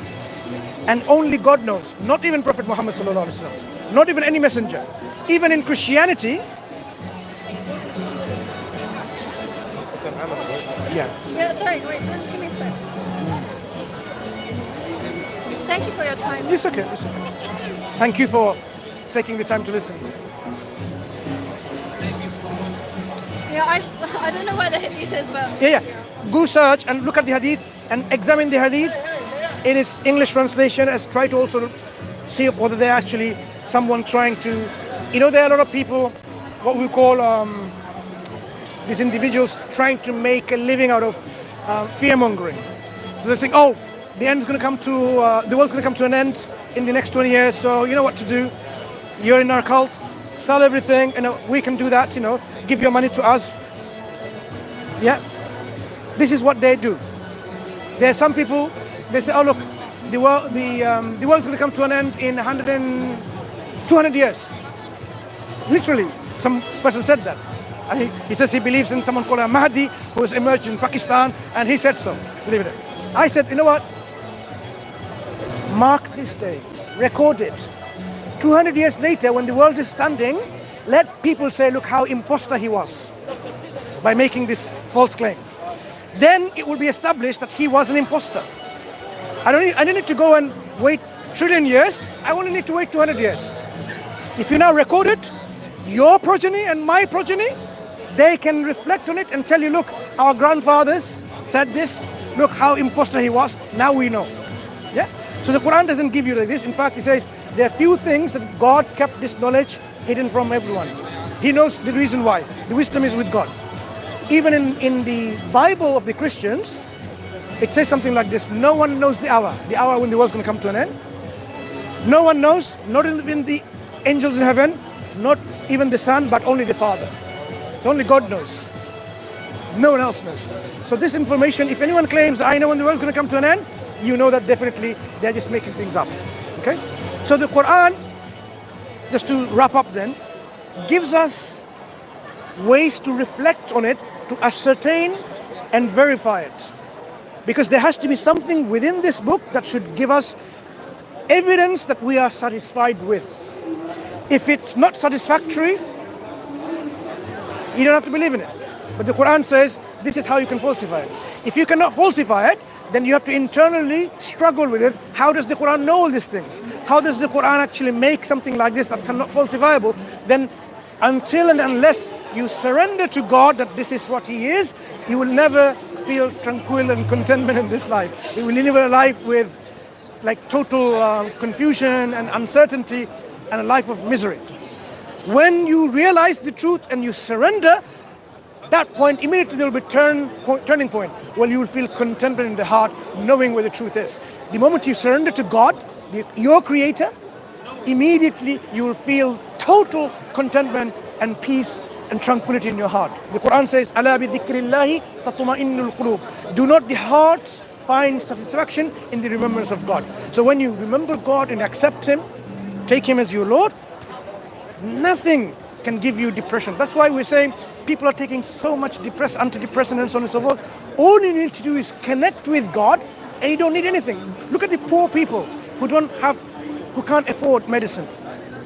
If you go and look at the people who don't have high flying, all this buildings and factories and cars, and they live a normal life. Do you ever see they're depressed? They're sleeping and they're thinking, oh, tomorrow I have to do this business. Oh, I'm going to lose 20% loss of interest. This is what wealthy people are always going in their mind. Oh, I'm going to lose this business. Oh, the economic crash there in this country. Oh, the currency collapsed. They're not happy and content. But poor people, they have, I'm not saying every poor, but the believing poor people, they have so much contentment in their heart. They sleep and they have no worries that, oh, my wealth is going to be taken away, my Mercedes, my Ferrari, whatever is going to be, burgled, whatever. Nothing. They wake up peacefully, remembering God. This is how it is. I don't see that much depression. There's much to learn about the contentment of the heart. So Islam provides the spiritual solution to the spiritual disease of the heart, because it's not the physical disease. Hypertension and so on, fine, but your depression can be alleviated by understanding reality and so on. Once you know the life and death belongs to God. God is the one who provides everything. He is Ar-Razzaq. So it doesn't matter how much you try, if God has not written up how much provision you'll have, you're not going to earn more than that. If you have that mindset, why would you be so worried and depressed? You would not be. So the contentment of the heart comes in understanding God and His reality. And if you live this life as a Muslim, you will be able to complete your mission in this life peacefully and in a way which is comfortable. Otherwise, people will be struggling with cognitive dissonance.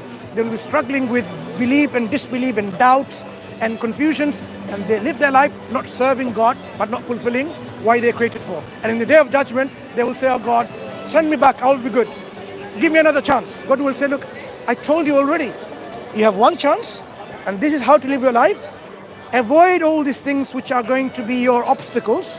Satan is your enemy. He will try to whisper to do all these bad things. Take him as an enemy. Don't follow the footsteps of Satan. Your own self will make you try to do things, will whisper, the ego will say, oh, let me take this money. No one is there. Easy money, easy go. Oh, look at her, a beautiful woman. No one around, no police around. Let me go and fall on her and rape her. There are people like that. It's unbelievable. But these people, they know that, okay, they will not have another chance. God will say, look, you were given in your heart already something, understanding about good and bad, right and wrong. Even a 3-year-old knows justice. They're playing with the toys, snatch it away and see what they do. They will cry, give it back to me. Why? They understand the concept of justice. It's inbuilt. So God has inbuilt within us فَأَلْهَمَهَا فُجُورَهَا وَتَقْوَاهَا. God has given this knowledge, inspired us, the bad things and also the righteousness of it, to understand the difference between these two. That was my main issue. My main issue wasn't actually the stuff that I brought up. That was just a point I made to the other person. I forgot his name. Tariq? Earlier on, you were talking to Sabur. I'm not sure what. Oh, I don't know his name. Sorry. His name was Tariq. I think. Okay. My first and main point with him was that I don't really agree with the morality of like Sharia. Okay, we can talk about briefly because I know you have to go. Yeah. Think about the most disturbing aspects the Quran talks about which you think morally I cannot accept. Give me an example. The most troubling something. Most troubling. Yeah. Like stoning of apostates, or like the hour of slaves. This isn't Quran. Okay. Stoning of the apostates. Now, if apostasy is considered a crime in the eyes of God, because it will destabilize the society, destabilize it. So imagine now, the Quran actually talks about it. Someone says, I believe in the morning, and goes in the evening and says, I don't believe. That's not right. It's going to confuse everyone else. People think, he was a smarter man, a smarter woman. Oh, he's a professor, he was this. And he became a Muslim and they left it. So why should I? It's going to create instability because people will be affected. You know how disinformation is affecting people? The riots, why did we see the riots? Oh, the immigrants coming by boats and taking over our country when there was nothing with it. This individual was a person from where? Rwanda, born of a a Christian family, and born in Wales, from Cardiff. Nothing to do with Islam, nothing to do with an illegal immigrant. But look what happened.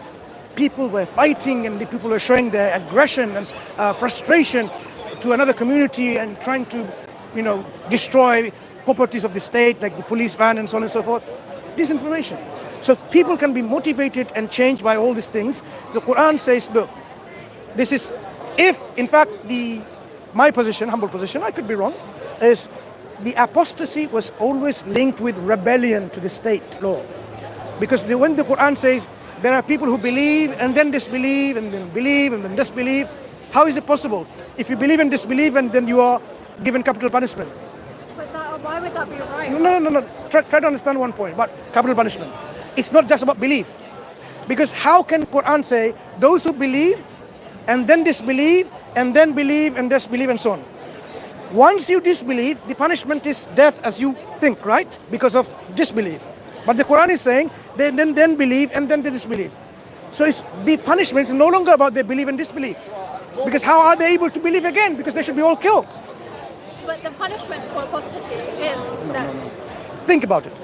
When the Quran says there are people who believe and then disbelieve, and then believe and disbelieve and so on, right? But that's not what I'm talking about. No. Believe and disbelieve, when they disbelieve, this is known as apostasy. Yeah. That's what you think. But I am saying there's another element to it. Because if it was only belief element, then it makes no sense that they can believe again, because they would have been already punished by capital punishment. They will be dead. So there's no, this law, this Quranic statement would be like meaningless. What we're saying, But that was at an earlier time in Islam, was it not? it's not about earlier time. It's not about earlier or later. Punishment, apostasy is very clear. It's not about earlier and later change, right? So what is understood is actually when people disbelieve and they commit a rebellion, an active rebellion against the state. An act of rebellion would be preaching another faith that you believe. Active rebellion is to create disorder, instability in the society. So they're punished for not the disbelief aspect only, it's actually the disorder. So, no, but In a society, look, do you agree? Do you agree in principle? Society can inflict punishment on people who commit disorder, instability in society. not Can- stoning. I'm not talking about the mechanism, but punishment. That's the state's solution. The state can decide, right? Yeah. Right. So if a state decides imprisonment, £20,000 fine or whatever, God and His Messenger knows what's best in terms of what is best solution for a particular crime. Would you agree in principle? God knows better and His Messenger knows better, or human beings who are learning knows better? I can't agree with this. In principle. Well, yeah, in principle, God knows better. Exactly. So what we are saying is, as Muslims, whatever law God mandates for us, we know God is all knowledgeable and all wise. He gives us what's best for us. We might not understand and appreciate the wisdom behind things. Like God says, There is no wisdom behind stoning. please listen. God says, there are things that you dislike is better for you, and there are things you like is not better for you. But that's what you believe. Like from an outsider's perspective, how can I say, killing an apostate is the correct thing to do? Is killing anyone okay? Any criminal? Why not? Because faith states that they will be punished by hellfire already. That is their punishment. If someone commits a heinous crime, say, raping a whole community, raping with their order and so on and so forth, and then butchering them slice by slice. Do you expect a punishment of £1,000 fine is okay, or 1 month in prison is okay? Apostasy is not the same. No, I'm trying to grievousness of punishment, right? Or crime and punishment. Because we are now going into an area of crime and punishment, and what we as lay people think which is the best solution to a particular crime in a society. So, do you know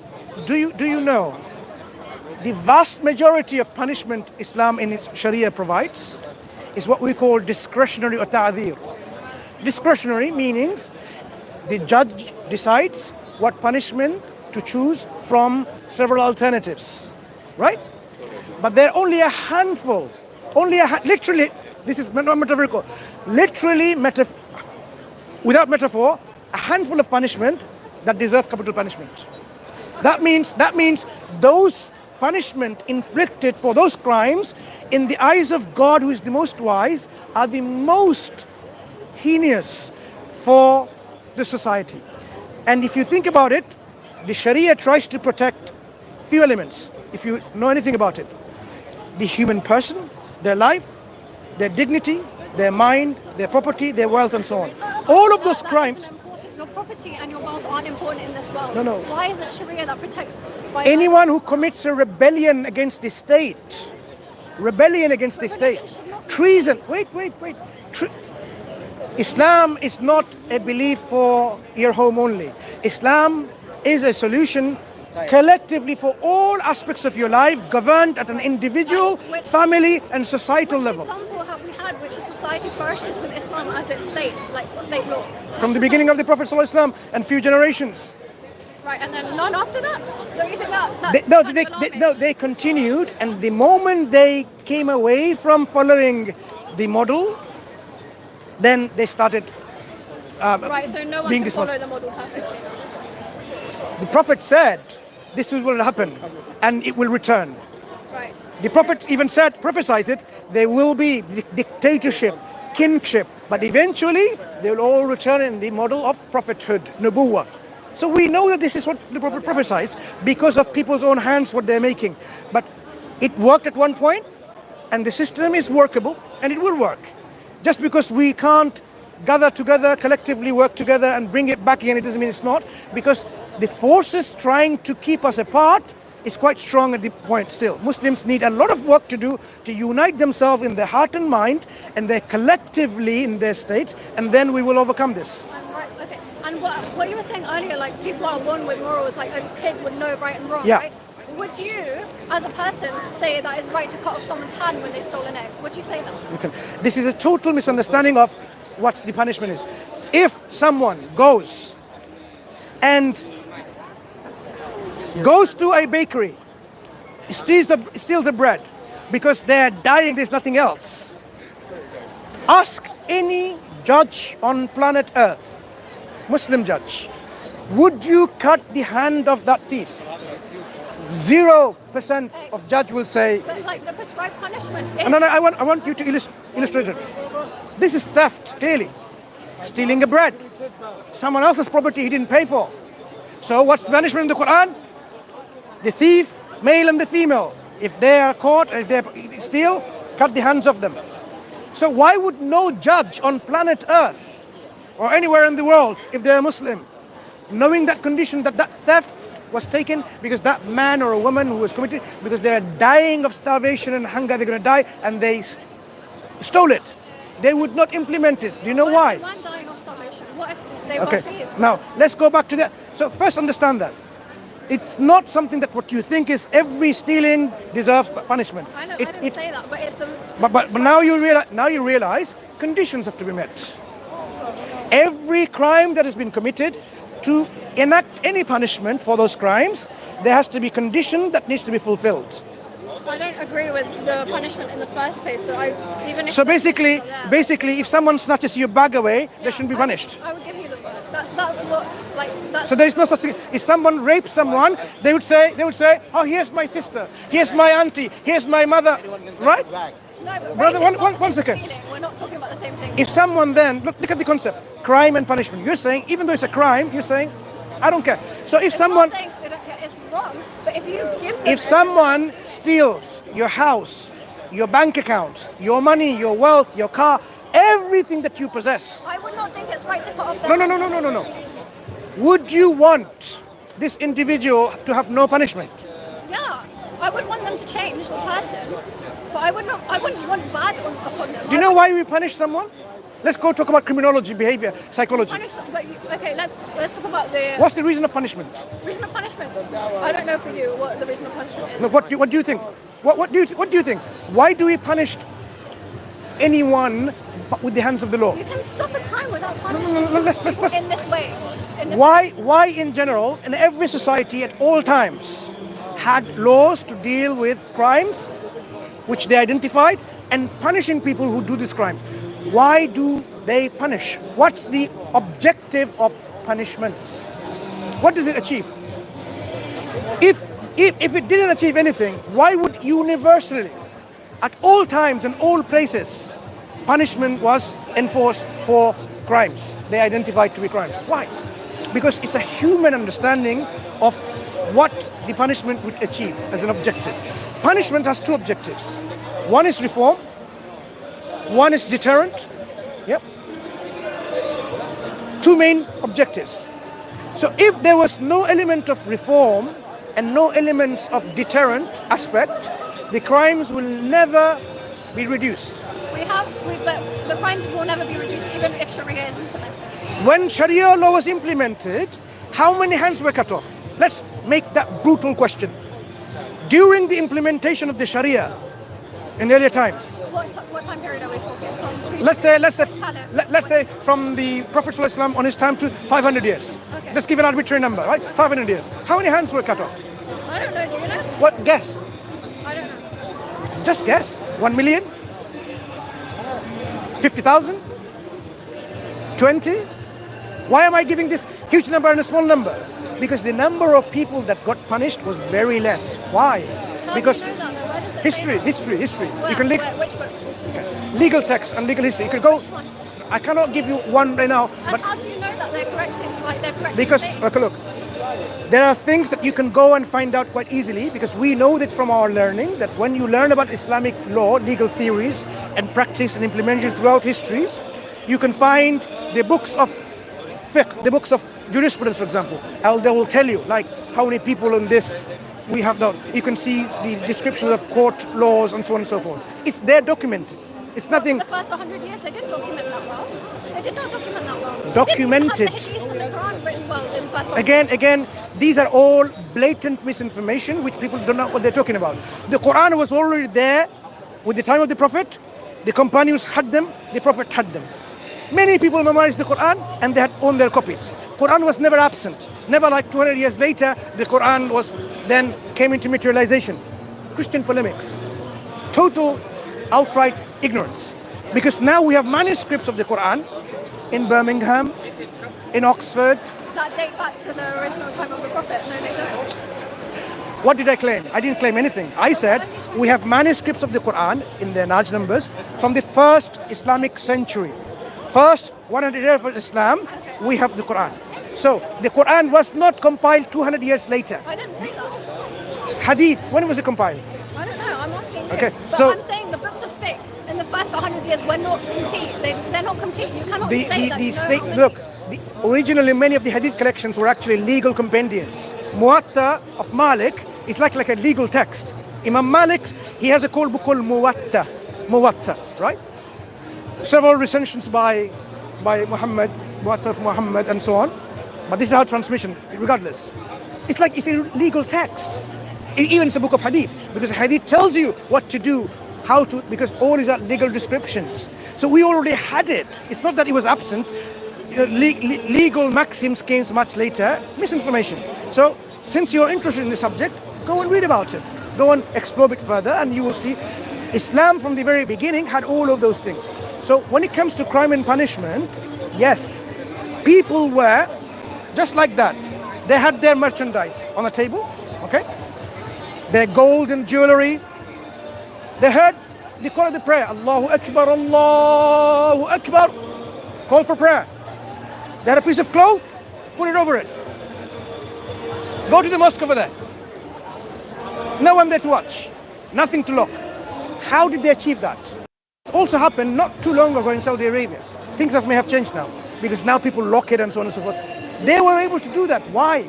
Because they were conditioned and taught, developed in such a way not to commit the theft. And they knew if they commit theft, their hands will be cut off. You can teach them that So, without cutting. no, what I'm saying is the deterrent aspect was so much working. It's hellfire. Do you not need to No. punish Oh, you ask a genocidal maniac, you're going to go to hellfire and stop them from committing genocide? The people who are committing genocide. But you're punishing. One second, sister. The people who are committing genocide today. Do you know where genocide is happening? In Palestine. If you cannot agree that's a genocide, then I have to really ask you to reflect on your conscience. I'll leave it there. No.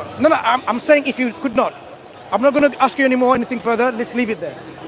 When genocide is happening, total ethnic cleansing, total destruction of the people, these people who are doing this, they have a concept of hellfire. It's not stopping them.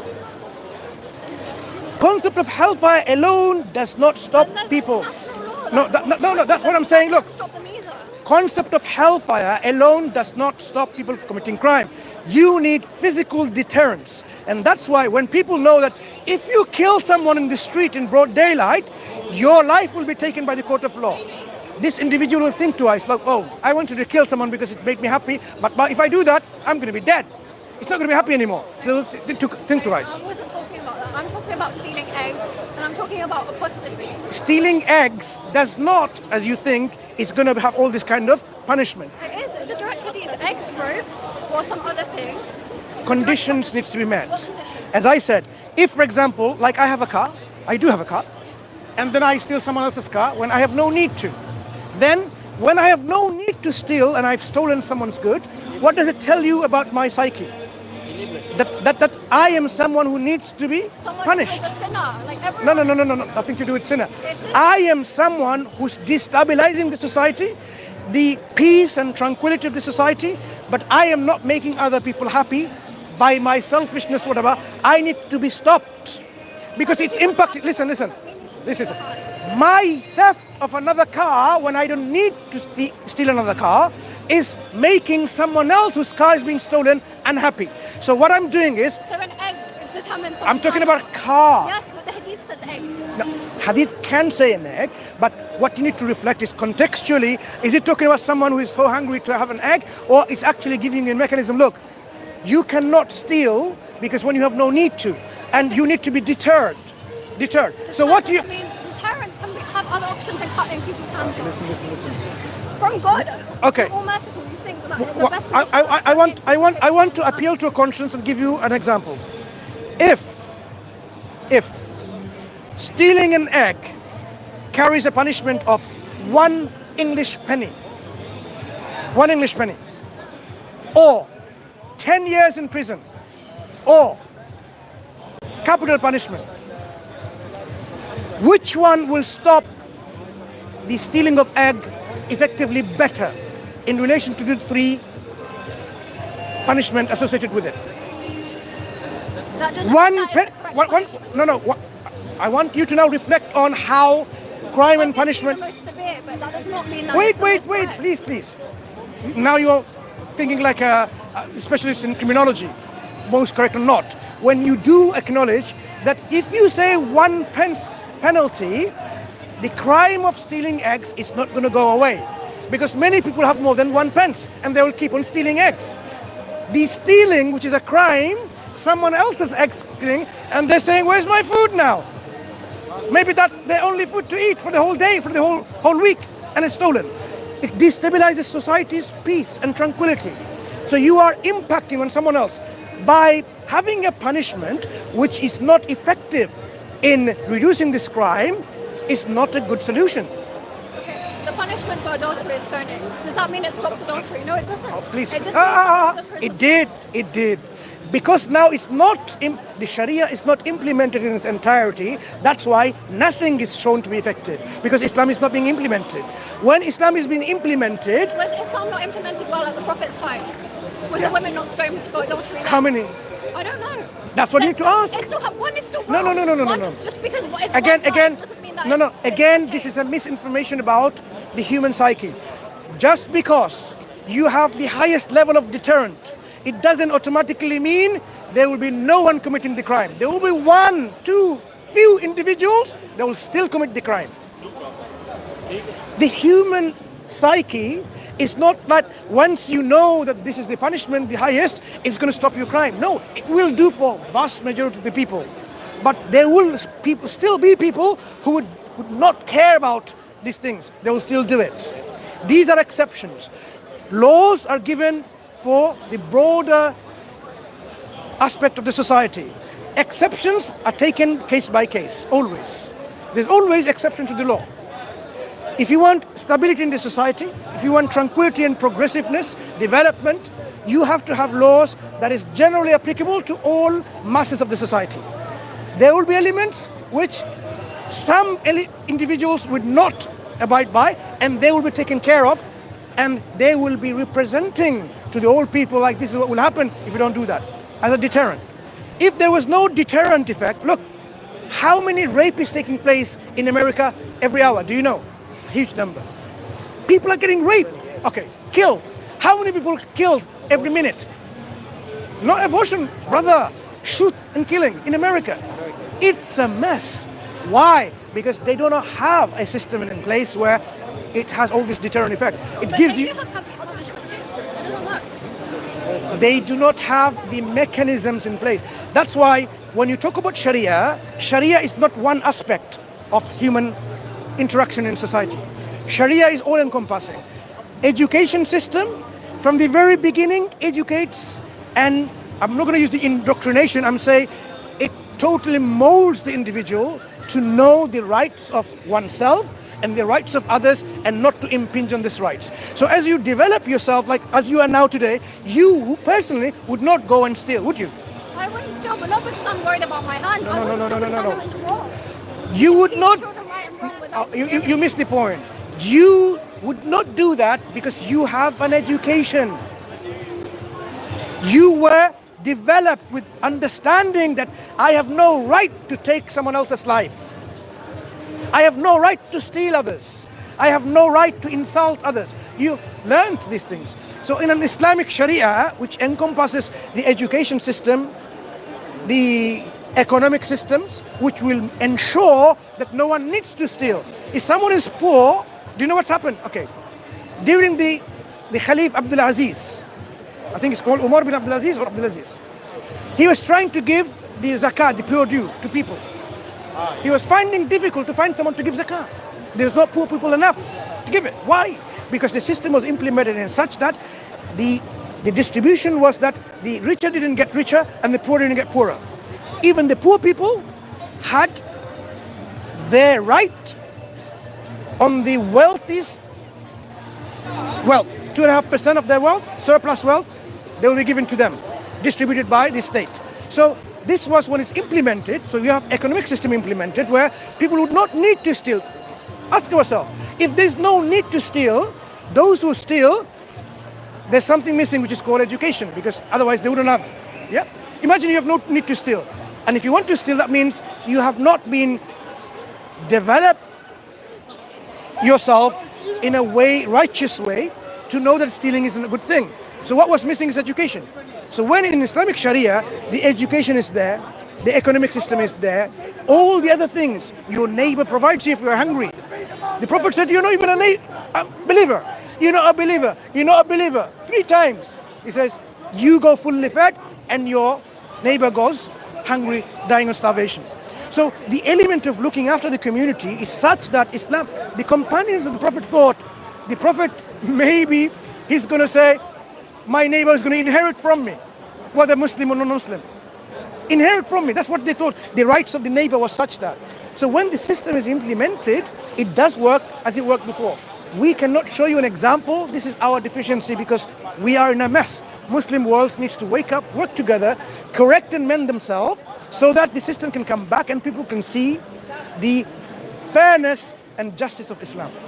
That's what's missing that we cannot show you.